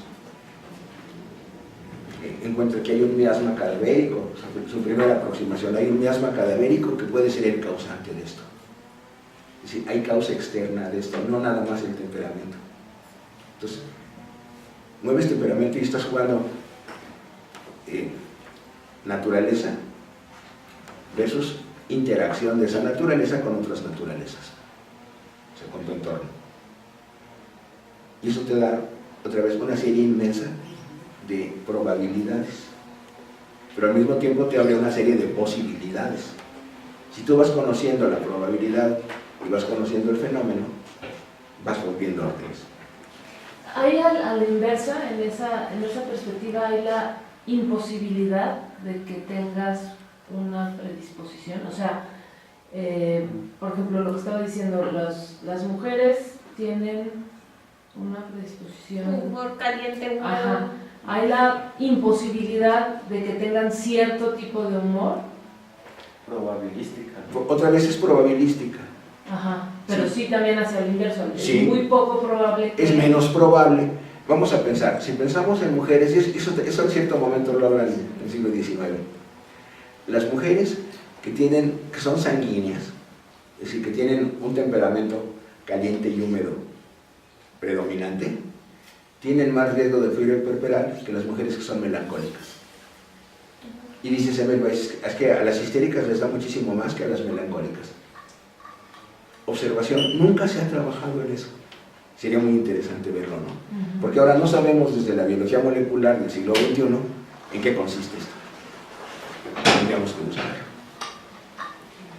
Y lo mismo se plantearía, hay varones con familias que tienen Duchenne, hay un varón entre 8 que no lo tiene. ¿Es por repetición de bases o es por otro factor? No lo sabemos. A veces se ha encontrado, en términos de determinación, gentes que tuvieron la encefalitis de Von Economo en los años 20 son gentes que tienen Parkinson temprano. Dice, ¿es determinante del Parkinson? No, es causa eficiente, diría Aristóteles. Eficiente tampoco, es predisponente, porque no les da en ese momento. Causa predisponente. A algunos no les da, a otros sí les da. La predisponente se manifiesta. Entonces la pregunta es, ¿qué hago para saber qué es lo que sucede en los que no presentan el Parkinson posterior? Porque eso es lo que me interesa para que no lo presenten los que sí lo presentan. Sí, es que tanto o sea, toda la medicina, creo, es pregunta, trabaja con lo que recibe y siempre recibe, pues, ya sea enfermos o pacientes. Sí. No el antienfermo o el antipaciente. No, pero ahí hay un punto muy interesante. Sí, pero es un punto interesantísimo y yo diría que no. Si no tenemos el concepto de salud, no podemos entender que es un enfermo o que es un paciente. Y esto Hipócrates es el que rompe con eso. Dice, ¿qué tenemos que ver? ¿Cuál es la condición del individuo cuando sano? En el texto que te recomendaba, en la misión hipocrática de Laín Entralbo, que terminamos a los sí, el que mandaste la liga. Sí, marca, dice, ¿qué necesitamos entender? Y dice, Laín dice, esto yo lo saqué de Hipócrates, aunque Hipócrates no lo dice textual. Dice, tenemos que plantearnos que siempre el ser humano es sano en cuanto sano. Y a Lain le encantan este tipo de redundancias, es muy germánico en esto. Es sano en cuanto sano, pero en cuanto sano es enfermable. Entonces, si no entendemos qué es la salud, no podemos entender el riesgo de enfermabilidad. Y si no entendemos esto, cuando tengamos un enfermo no sabemos cuál es el referente. Tenemos un enfermo en términos ontológicos como dato único, dominante y contundente. Pero si tenemos el referente de la salud, se relativiza. Ajá, pero necesitamos un referente de la salud plural, como la enfermedad. No, pero de preferencia plural e individualizable. No hay buena medicina si no individualizamos la salud en ese paciente en particular. Ajá. Yo ahora dije paciente y no enfermo y lo dije de adrede. Ajá. Llega, sabe que siento como que me duele. Bueno, se convierte en enfermo cuando algún especialista lo diagnostica. Llámese chamán, llámese hechicero jíbaro, llámese Hipócrates o llámese premio Nobel de ayer. En ese momento se volvió enfermo. Pero puede ser que nadie lo pueda diagnosticar y diga, oiga, usted es un simulador. Sí, pero me duele. O sea, mi dolor no me lo quita nadie. Es que su dolor es imaginario, pregúntenle a Molière, ¿no? Como de qué me voy a enfermar hoy, decía su enfermo. ¿Qué tenía el tipo? Una enfermedad existencial. Si no la entendemos, no podemos entender qué significa ni enfermedad ni salud. Entonces, se tiene que individualizar. Y ese es uno de los serios y horribles problemas de la medicina basada en evidencias estadísticas. Que no individualiza. Es una buena base, pero no es un buen fin. Si no vamos más allá de la evidencia multicéntrica, multinacional y multitodo, no estamos haciendo medicina, estamos haciendo buena veterinaria estadística. Y ni siquiera mala veterinaria estadística, porque hay veterinarios que platican con sus bichos. Y eso da una dimensión cualitativa diferente, ¿no? Sí. Pero yo quisiera retomar la pregunta de Sandra de esta otra manera. Pero para Hipócrates, o en esta tradición, ¿hay una noción primitiva? O sea, sí me queda claro que necesitamos tanto salud como enfermedad. Sí. Pero podemos decir que se parte de alguna. O sea, ¿cuál es la...? Sí. Sí. Porque una es la contraria de la que definiste, Claro. ¿no? Sí, mira, aquí en el mismo textito, de 2 párrafos después de lo que estábamos viendo, dice, dar a un hombre un medicamento flegmagógico hace que vomite pituita. Un medicamento colagogo, pero emético, vomita bilis. La bilis negra se evacúa si le administras un medicamento que actúe sobre la bilis negra. Puede vomitar bilis negra. Pero, dice, el asunto es, ¿qué medicamento le damos?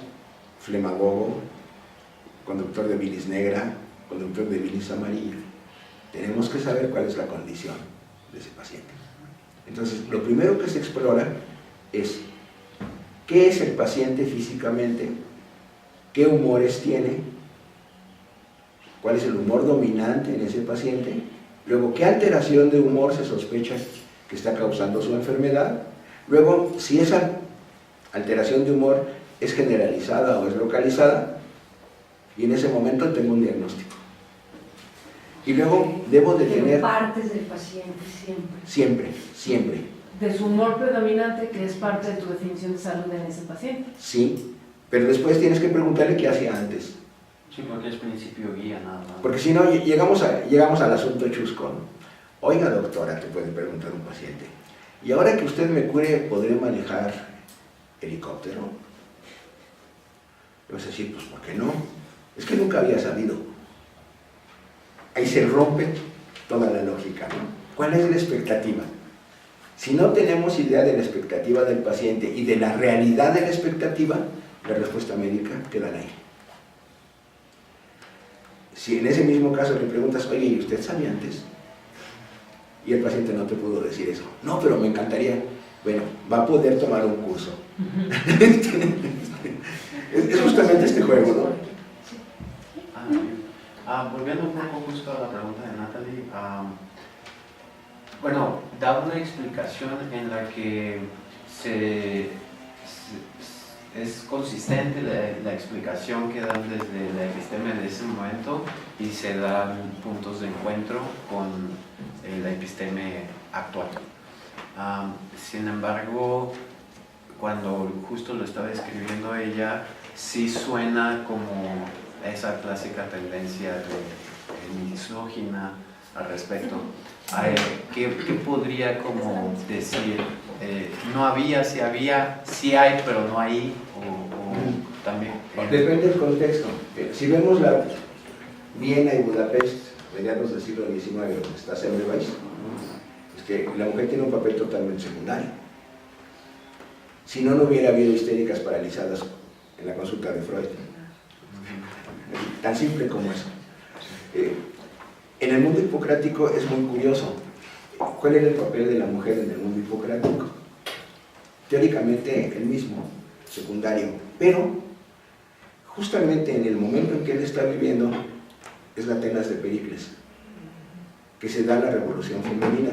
Te permite entender la Lisístrata de Aristófanes, te permite entender el papel de Aspasia con Pericles, te permite entender a Sócrates hablando de su mamá que era partera y que tenía voz y voto.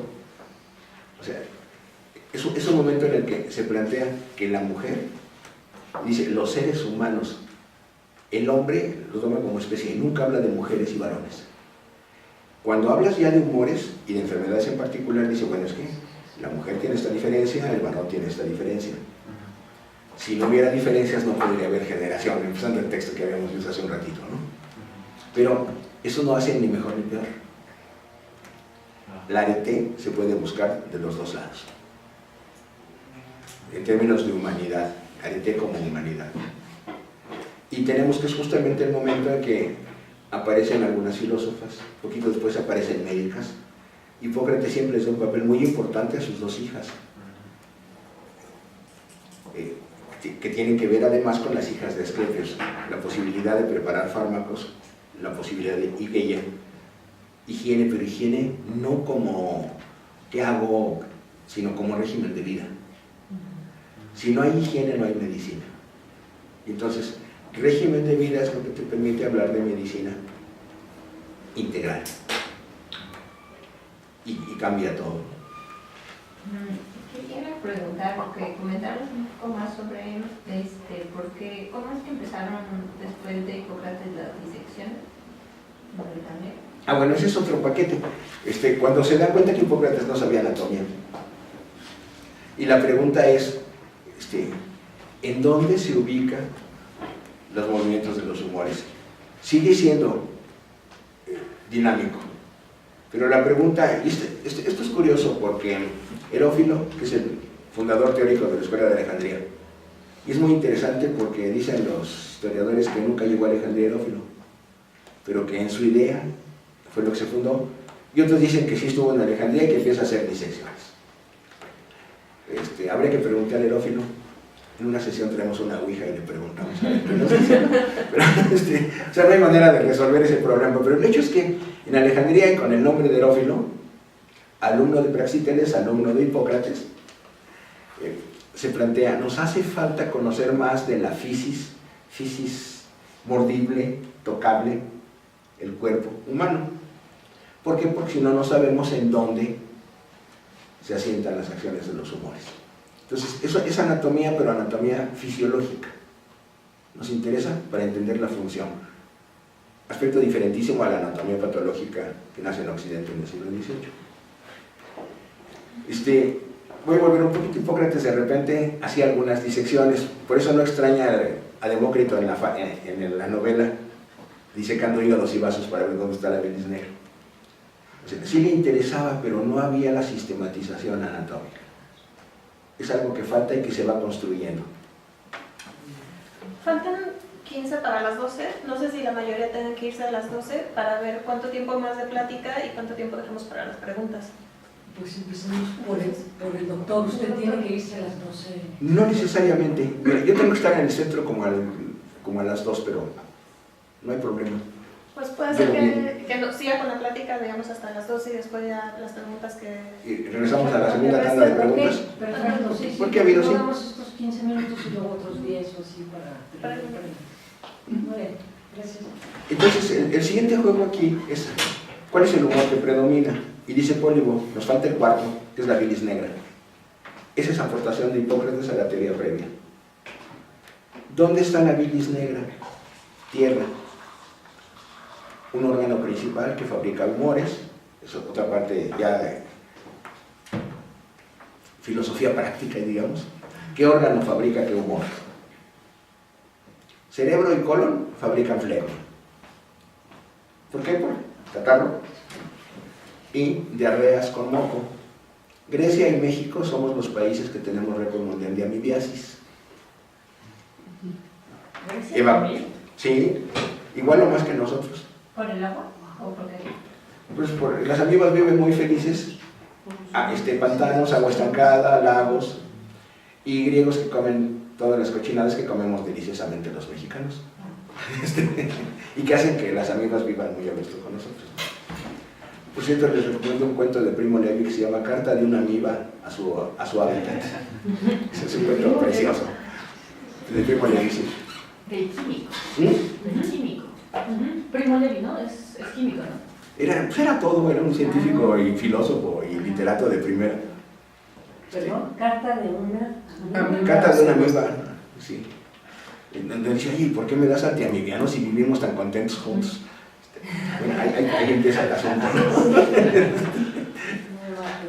Y dijéramos que el mexicano que no tiene alguna amiba, pues no es mexicano, ¿no? Me hiciste cerco. Sí.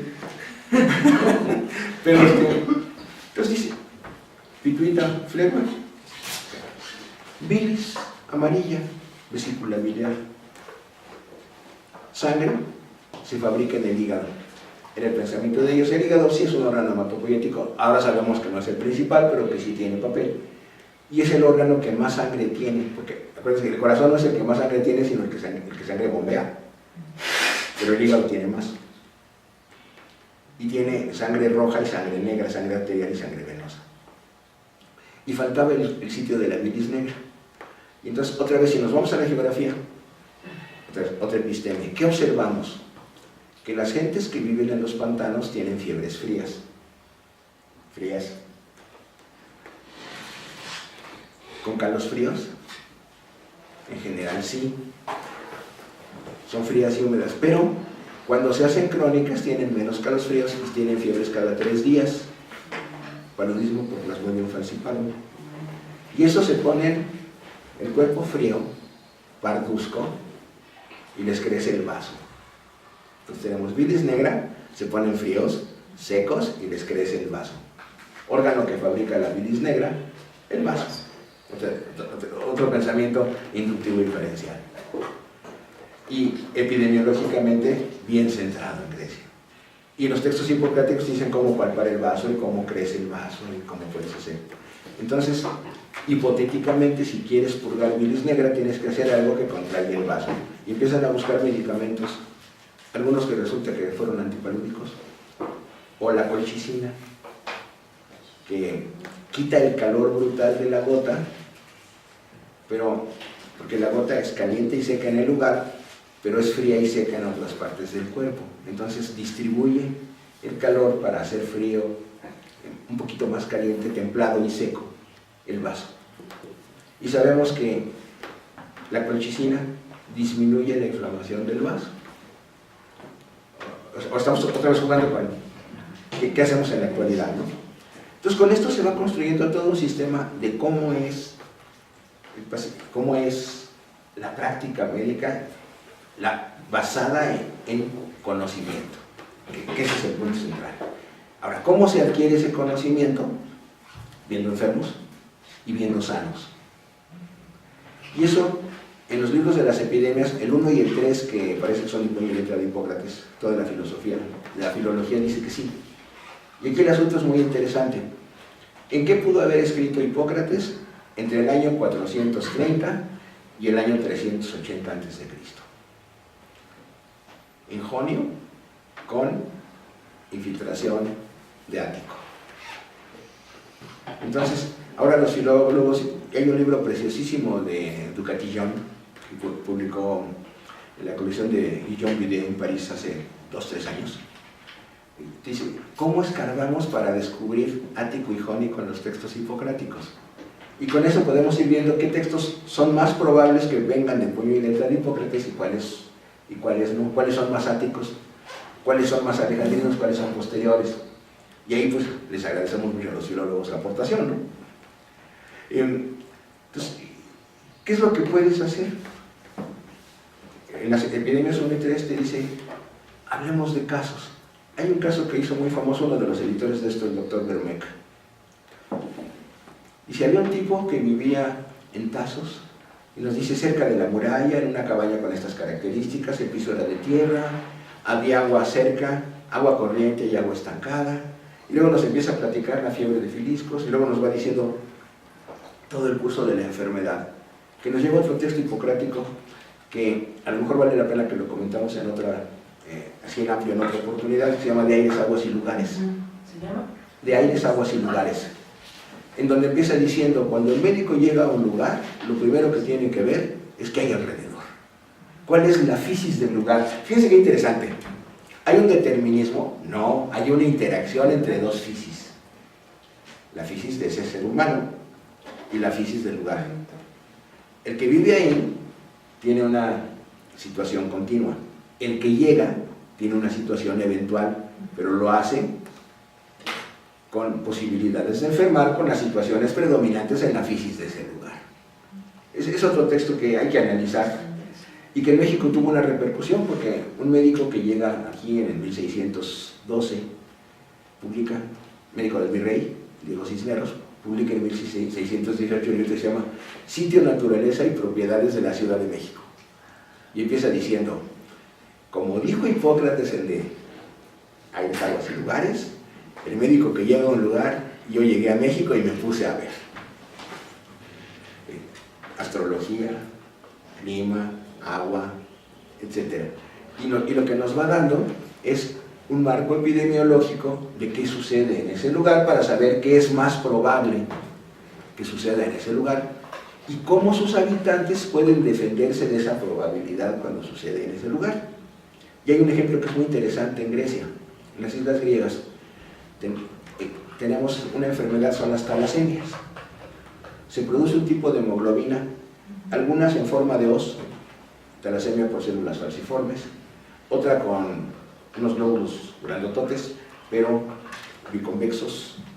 Y el asunto es, no biconvexos, sino bicóncavos. No, biconvexos, sí. Bicóncavos son los normales, sí. Biconvexos. Y lo que sucede es que estos eritrocitos tienen menos oxígeno. ¿En dónde existe esto? En lugares palúdicos. Se han encontrado anemias de este tipo en el Congo, en las cuencas de los grandes ríos, en donde hay paludismo. ¿Y qué sucede? Que gentes con talasemia mayor se mueren muy jóvenes. ¿Por qué? Porque hacen hemólisis y se mueren por anemia y se mueren. Pero no tienen paludismo. Pero los que son heterocigotos sobreviven con tantita anemia y tantito paludismo. Y no les pasa nada, se mueren de que los atropelló un microbús 40 años después. Entonces, otra vez, juegos, la naturaleza es sabia y nos va acomodando. Ahora, el ambiente con la respuesta. Fisis del hombre, fisis del lugar. Pero, volviendo a Hipócrates, para cerrar, te iba diciendo, bueno, ¿qué es lo que tenemos que ir observando? Cosas así, al azar. Aquí habría como cayón. Aforismos. Cuando se redoblan las constituciones indicadas para las enfermedades, debido a la estación del año, y aquí tenemos esta cosa importantísima, hay enfermedades estacionales,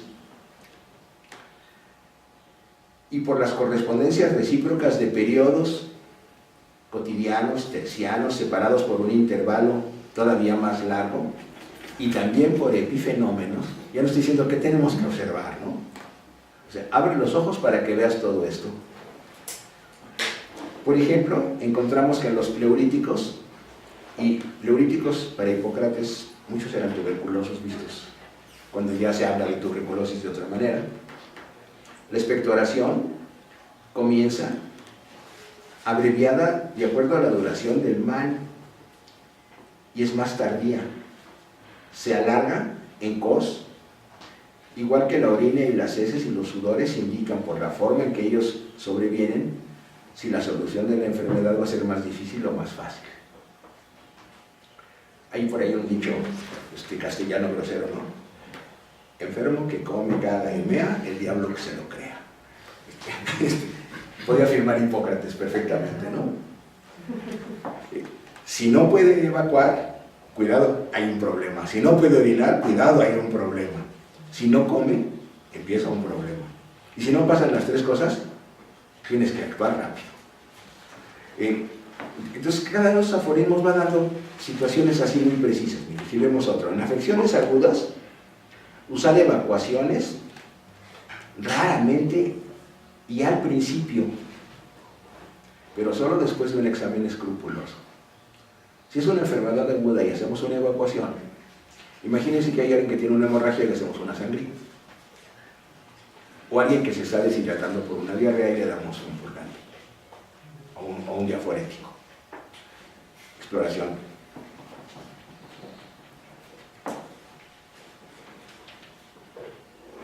Si tomamos otro al azar. En la sequedad sobrevienen fiebres agudas y la sequedad reina una gran parte del año. Pero si esto sucede y aumenta más de lo que debe de ser, hará la constitución y entonces nos dará las enfermedades a la mayor parte de las gentes. Entonces pasamos de epidemia, en términos hipocráticos, que son las enfermedades imperantes en un lugar, a epidemia, enfermedades que le pegan a toda la población. Y nos va dando una cantidad inmensa de puntualizaciones de este tipo. Y en las peregrinaciones de Cos, que es otro de los textos planteados por él, dice, si alguien se pone sordo, las parótidas puede que crezcan, sobre todo si sobreviene alguna agitación, pero en aquellos que tienen coma, las parótidas le crecen más. Dice, ¿por qué da sordera? Con inflamación de las parótidas. No es sordera, es parotiditis. ¿Y qué es lo que tenemos? Una parotiditis aguda que da sordera, que da más inflamación, y si te lleva a coma, aquí estaríamos hablando cómo actúa un virus, el virus de la parotiditis, cuando no tienes antivirales ni ninguna otra cosa que hacer, sino ve analizando cómo evoluciona la enfermedad para hacer tu pronóstico. Si alguien que le crece la parótida se pone sordo, primer signo de interrogación. Si cae en coma, puedes pronosticar que es casi seguro que se muera. ¿Y qué le vas a dar? Medicamentos, en este caso, ni fríos ni muy calientes, pero sí húmedos. Planteando que las parotiditis muchas veces en los varones bajan a los testículos y en las mujeres dan dolores abdominales que hablan de una ovaritis. Él no conocía los ovarios con disecciones muy amplias, pero sí sabía que existían, por supuesto, ¿no? ¿Por qué? Porque se saben las diferencias del cuerpo de la mujer con el cuerpo del hombre, y a través de las heridas se conoce algo de anatomía, y anatomía inferencial de animales a lo que sucede en el hombre. Y un detalle para terminar, cuando habla de la enfermedad sagrada, que es la epilepsia, dice, la enfermedad se debe a que el agua se acumula. ¿Sí? Hay flegma, pero flegma que no se calienta en el cerebro y que no da fiebre fría. ¿Y por qué dices eso? Es que cuando llega ya se detiene, el aire no llega al cerebro, se acumula agua, y entonces el cerebro quiere jalar aire y convulsiona. La fisiopatología de la convulsión. Pero lo dice, yo he encontrado disecando cerebros de cabras que son las que más convulsionan, y aquí nos está hablando cómo se llega a la anatomía que va a florecer en Alejandría. Cabras, animal que más convulsiona, las cabras. Animal que más se pone loco, las cabras. Entonces todavía seguimos diciendo, no estás loco como cabra. ¿Y qué hago? les diseco, y encontré que en el cerebro hay quistes con agua. Y que las cabras que más convulsionan tienen más quistes con agua en el cerebro. Dice, entonces, en el humano debe haber algo semejante. ¿Les disecas los cerebros? No he podido. Me encantaría, seguramente, dijo, ¿no? Pero tenemos esta sección de la cámara. Ahora, ¿esto es real? Totalmente real. ¿Qué tienen muchas cabras en Grecia? Quistes hilatídicos en el hígado y en el cerebro. Y cuando tienen quistes hilatídicos en el cerebro, las cabras convulsionan. O sea, encuentra algo, busca una explicación y hace una inferencia que te lleva a explicar convulsiones en el humano. En epilepsia, no necesariamente todo epiléptico tiene quistes hilatídicos, pero si no tuviera, tendría epilepsia. Pero entonces es un primer paso. Y sigue habiendo. Después, cuando se empieza ya a disecar, te dicen, hay epilepsias de origen desconocido y hay epilepsias que tienen bolas de agua, abscesos, cicatrices, lo que tú quieras. Pero vamos otra vez desmenuzando y procediendo. Observemos la realidad, hagamos preguntas, busquemos la explicación de la pregunta en el interrogatorio, en la exploración del enfermo, en el contacto con el enfermo, en la búsqueda de una situación paralela en la naturaleza, en correspondencias con el clima, con el ambiente, y después busquemos explicaciones. Y se va construyendo todo un mundo de conocimiento. Entonces, esa es la aportación central de Hipócrates, que yo pienso que bien le vale lo del padre de la medicina.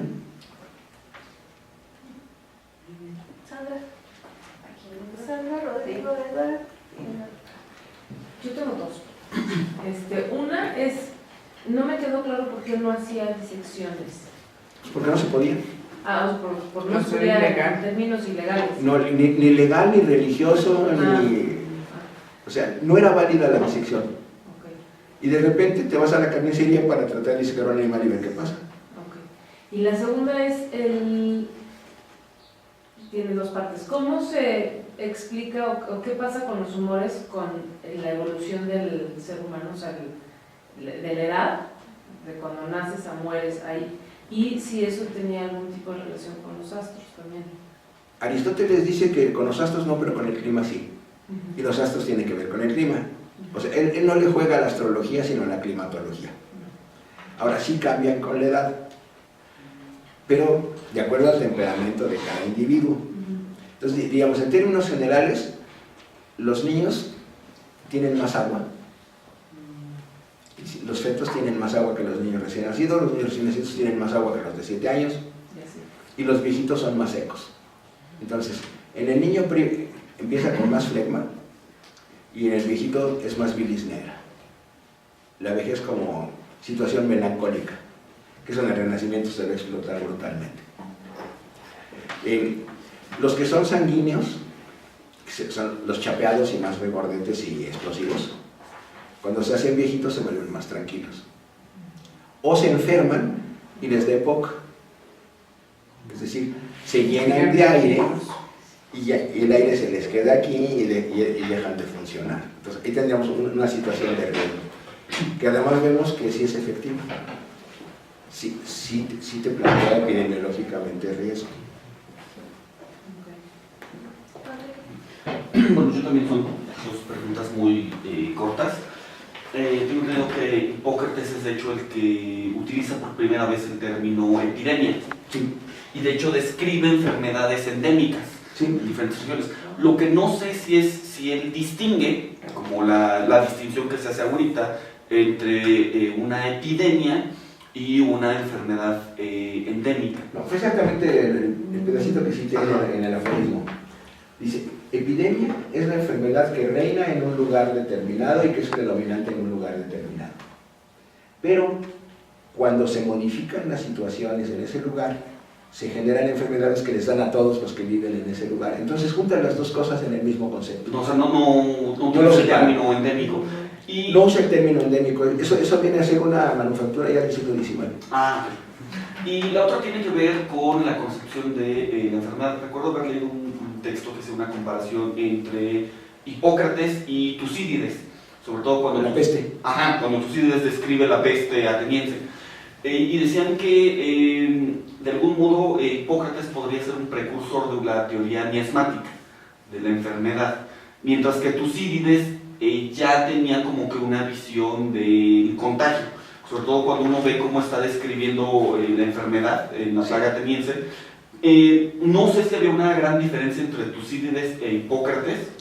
No, eso es más de la lectura de los comentaristas. De hecho, los dos están hablando de malos olores que salen de los pantanos, y este es el origen de la teoría miasmática, pero es lo que priva en toda la antigüedad y realmente hasta la segunda mitad del siglo XIX. Sigue habiendo miasma, la fiebre de hospital da en los hospitales porque en el hospital apesta. Pero el problema está, la idea de contagio sí está, tanto en Hipócrates como en Tucídides. Porque si no estás, y vamos a ver, la pregunta es de dónde se genera el olor. Si hay un individuo que empieza a oler mal porque está enfermo, él le puede pasar la enfermedad a otro. Entonces queda clarísima la idea de contagio, y más en casos epidémicos. De Hipócrates no tenemos textos, lamentablemente, sobre la peste de Atenas. Sería precioso poder comparar texto con texto. Pero están jugando con descripción exacta de las dos cosas, y Tucídides está basado en la teoría hipocrática.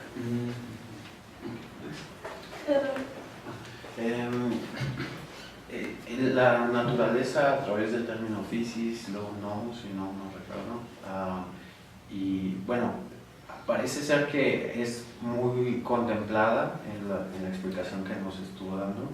Incluso el día de hoy, pues la teoría evolutiva está detrás de él, ¿no? Sin embargo, por ejemplo, pensadores como Foucault u otros ya pensadores ya postmodernos sí son muy críticos sobre conceptos como de naturaleza, específicamente. Desde el enfoque de la historia que ha estado manejando, ¿qué podría decirles a esos pensadores? Bueno, más te voy a decir cuál es mi concepto. Sí, claro. Yo pienso que en la actualidad podemos hablar de naturaleza biológica. O sea, es algo que está dado y que tienes un acervo que está en el genoma, que te da cierto tipo de posibilidades y de limitaciones y de predisposiciones. Y hablaría de condición a partir de ahí, con dos elementos fundamentales. Uno, condición, otra vez, no predeterminada, sino condición de predisposiciones. Interacción con el medio ambiente, en dónde vivo, qué riesgos tengo, qué tacos como. Y a partir de ello, cómo hay una interacción entre esa naturaleza biológica que cargo, ese medio ambiente, y lo que se construye a partir de la interacción. Pero luego tendríamos la otra situación que es muy importante. ¿Hasta dónde, en términos de lo humano, establece marcos de libertad? Y este es un punto central si lo pensamos en la atención de la salud actual, y central en la visión hipocrática, y central en la visión de Foucault y algunos otros posmodernos, ¿no? ¿Cuál es el pedacito de libertad que nos queda? Puede ser chiquitito, pero tenemos otra vez la responsabilidad humana de fomentarla y de actuar a partir de ahí. ¿Y cómo se daría? Rompiendo el orden de lo biológico y, en cierta forma, rompiendo, condicionando el orden de lo ecológico. Y tendríamos entonces una serie de interacciones que se van dando, pero en donde el ser humano buscaría conducir. ¿Hasta dónde? Hasta donde pueda, ¿no? Puedes conducir, último de los grados. Fíjate que te vamos a guillotinar mañana, o dentro de 5 segundos. Sí, pero aunque me guillotines no estoy de acuerdo. Es la última expresión, ¿no? O la otra, si es mañana, me escapo ya en la noche. Voy a buscar el resquicio. O, socráticamente, digo, fíjate que me puedo escapar y estoy afuera, pero me regreso. En términos de qué me dice mi daimon, vamos a jugarlo de esta manera.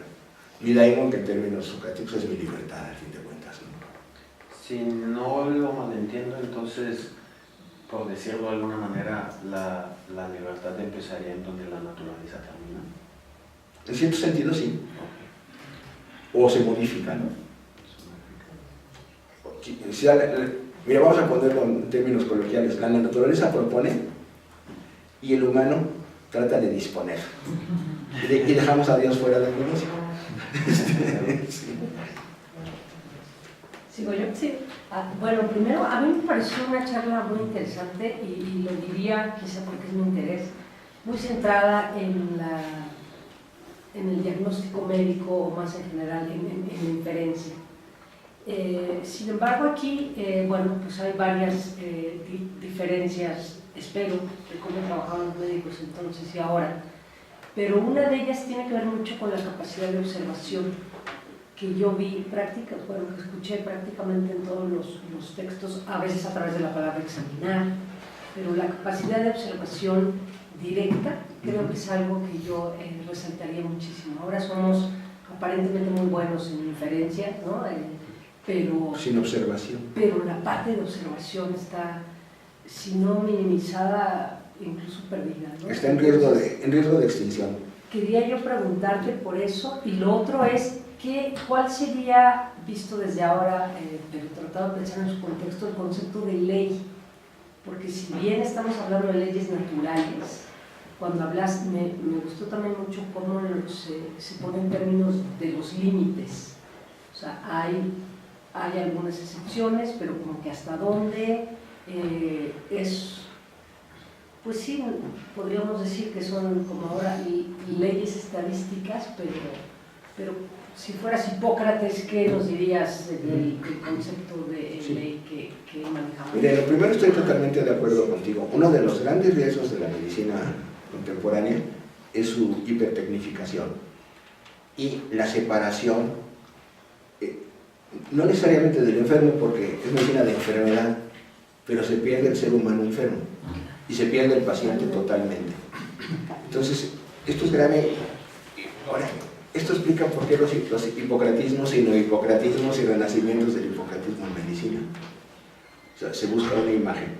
Y si vemos en otras culturas, buscas cuál podría ser la imagen del médico correcto en la medicina china, en la medicina hindú, en la medicina mexicana prehispánica. Que es un médico que se acerca al paciente y que toma en cuenta otra serie de situaciones que no son exclusivamente propias de la enfermedad, sino de la interacción paciente-enfermo-enfermedad con su médico. Hay un texto hipocrático que eso dice: nunca se nos debe olvidar que hay tres cosas: la enfermedad, el médico y el paciente. Si olvidamos cualquiera de las tres cosas, no hay medicina. Así, simplemente no hay medicina. Este es un punto importantísimo. Entonces, el paciente reducido a una pantalla de datos, no hay medicina. Hablaríamos de mecánica, en el mejor de los casos. Pero el otro aspecto era... El concepto de ley. Bueno, mira, tendríamos dos situaciones. La visión positivista de la ley natural es esta.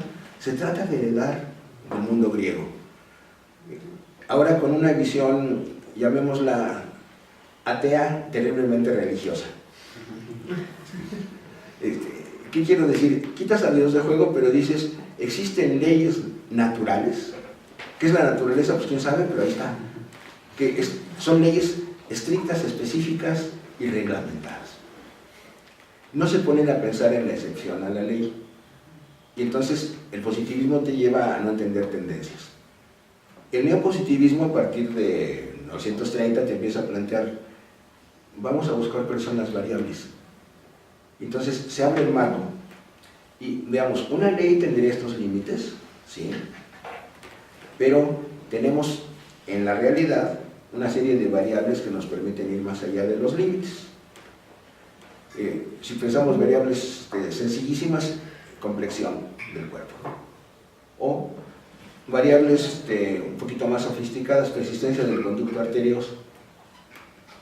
Esa enfermedad depende de para dónde vaya la mayor presión del flujo sanguíneo. Si se mantiene presión de izquierda a derecha, no hay enfermedad y esa gente puede vivir lo que tenga que vivir. Si se invierte la presión, se convierte en enfermedad. Entonces, ¿sería variable anatómica? Sí. ¿Antropológico-física? Sí. Tendríamos otro tipo de variables antropológico-físicas que pueden ser bien interesantes. el esternón en quilla. Tienes el esternón salido. ¿Significa que estés mal? No, significa que tienes el esternón salido. Si está brutalmente salido puede dar problemas respiratorios, pero hablaríamos cuando se pasa, además sería muy griego el asunto, ¿no? ¿Cuál es el límite? Entonces, esa sería una primera situación. Ahora la otra, el límite de ley, la naturaleza tiene una ley, se nace y se muere. La medicina no debe actuar antes ni después. Esto se rompe en el momento en que alguien descubre maniobras de resucitación, por ejemplo, que es la Rey en Alejandría, en la expedición napoleónica, que es el primero que a un soldado que se cayó al agua y que se ahogó, llega y lo empuja y le da maniobras y le da masaje y lo saca. Y describe la resucitación cardiorrespiratoria. Esto es 1700, ¿qué sería? 1798, 99. Después nadie le hizo caso, pero vuelve a funcionar. Dice, él rompió la ley. Te dice, no, porque no estaba muerto. Son maniobras de reanimación, no de resucitación. Si lo vemos en términos de física, ¿no? ¿Cuándo resucitas a un muerto? Todavía no se da. Puedes reanimar a un aparentemente muerto. Se sigue manejando este límite. En el momento en que se hace concepción in vitro, estás rompiendo el otro límite. Pero todavía estás utilizando óvulo y esperma. Es decir, no se rompió el límite, se rompió la condición en la que se da la unión.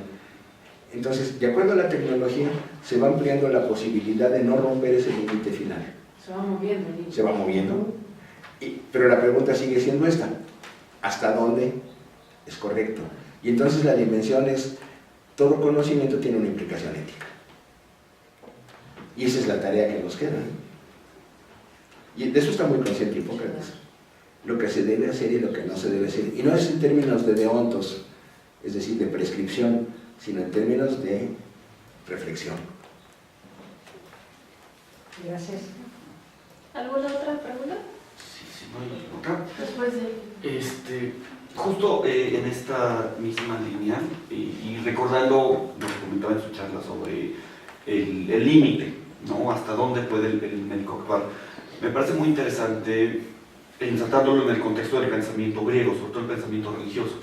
Si nosotros recordamos la gran mayoría de los mitos griegos, sobre todo de los héroes, justo es el hombre intentando superar cuál es su límite y los dioses diciéndole, no, a ver, espérate, ¿no? Tu lugar es este. O sea, hay una idea del orden natural muy establecida.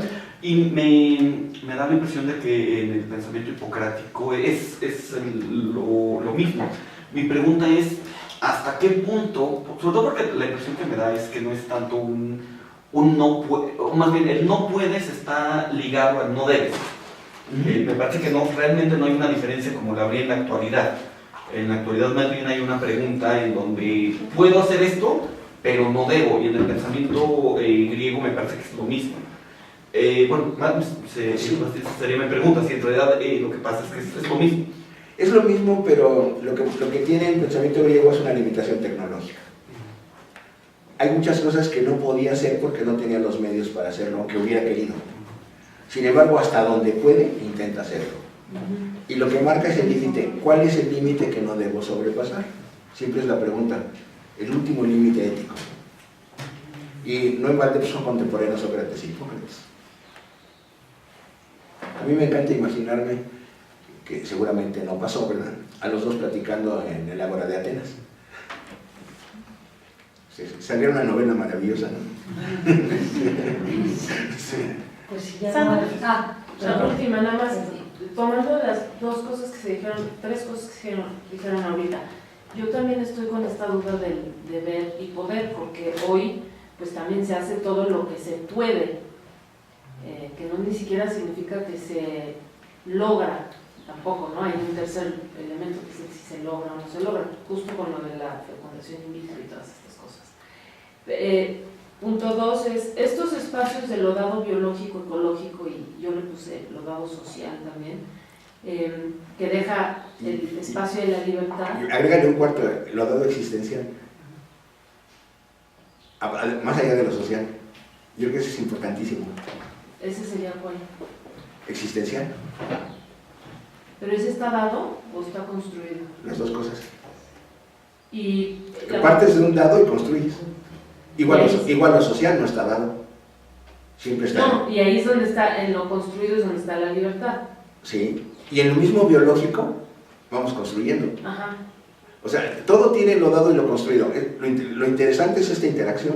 Que mi pregunta, comentario es que esos espacios también van cambiando. Claro. Y a veces se van ampliando y que va junto con el asunto del deber ser o el poder. Y de hacer. posibilidades. Y por último, la observación que decía Tocha, no nada más creo que ha cambiado la capacidad de observar, sino también qué es lo que vale la pena observar, cómo se observa, qué es observable, y como toda esta definición de la observación, ¿no? Mira, pero también la podría ir en ese sentido. ¿Qué es lo que va más allá de la posibilidad de observación? ¿Y qué es lo que esto cierra? Por ejemplo, estaba platicando con mis alumnos de cuarto año de medicina ayer. Prácticamente no saben usar el estetoscopio. ¿Ya para qué? Los llevas a ecografía y los llevas a esto y al otro. Y eso es terrible, porque no entienden cuál es la dinámica de los ruidos del corazón, que significa cuál es la dinámica del movimiento del corazón y del funcionamiento del corazón. Y dicen, ya no es necesario porque tenemos otros aparatos más sofisticados. Y cabrían dos preguntas. ¿Estás seguro de que siempre los vas a tener ahí junto? Primer problema muy serio, ¿no? Y segundo, ¿de veras sustituye?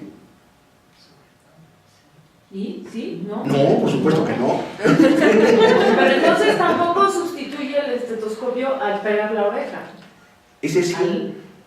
Ese sí. Y te voy a Porque decir, le ayuda. porque no, se llama auscultación mediata. Pegas la oreja Sí. con un medio intermedio, pero es pegar la oreja con algo que amplifica. Entonces, en ese sentido, va bien. Ahora, el origen del estetoscopio es muy simpático. Era una muchacha muy bien provista que no daba para que el nene le acercara la oreja, se vería mal, ¿no? Y el problema fue moral, no fue técnico. Si no hubiera sido por eso, seguramente estaríamos otra vez así. Desgraciadamente tenemos que cortar, pero esperemos verte por aquí muy pronto. Muchísimas gracias. No, gracias a ustedes.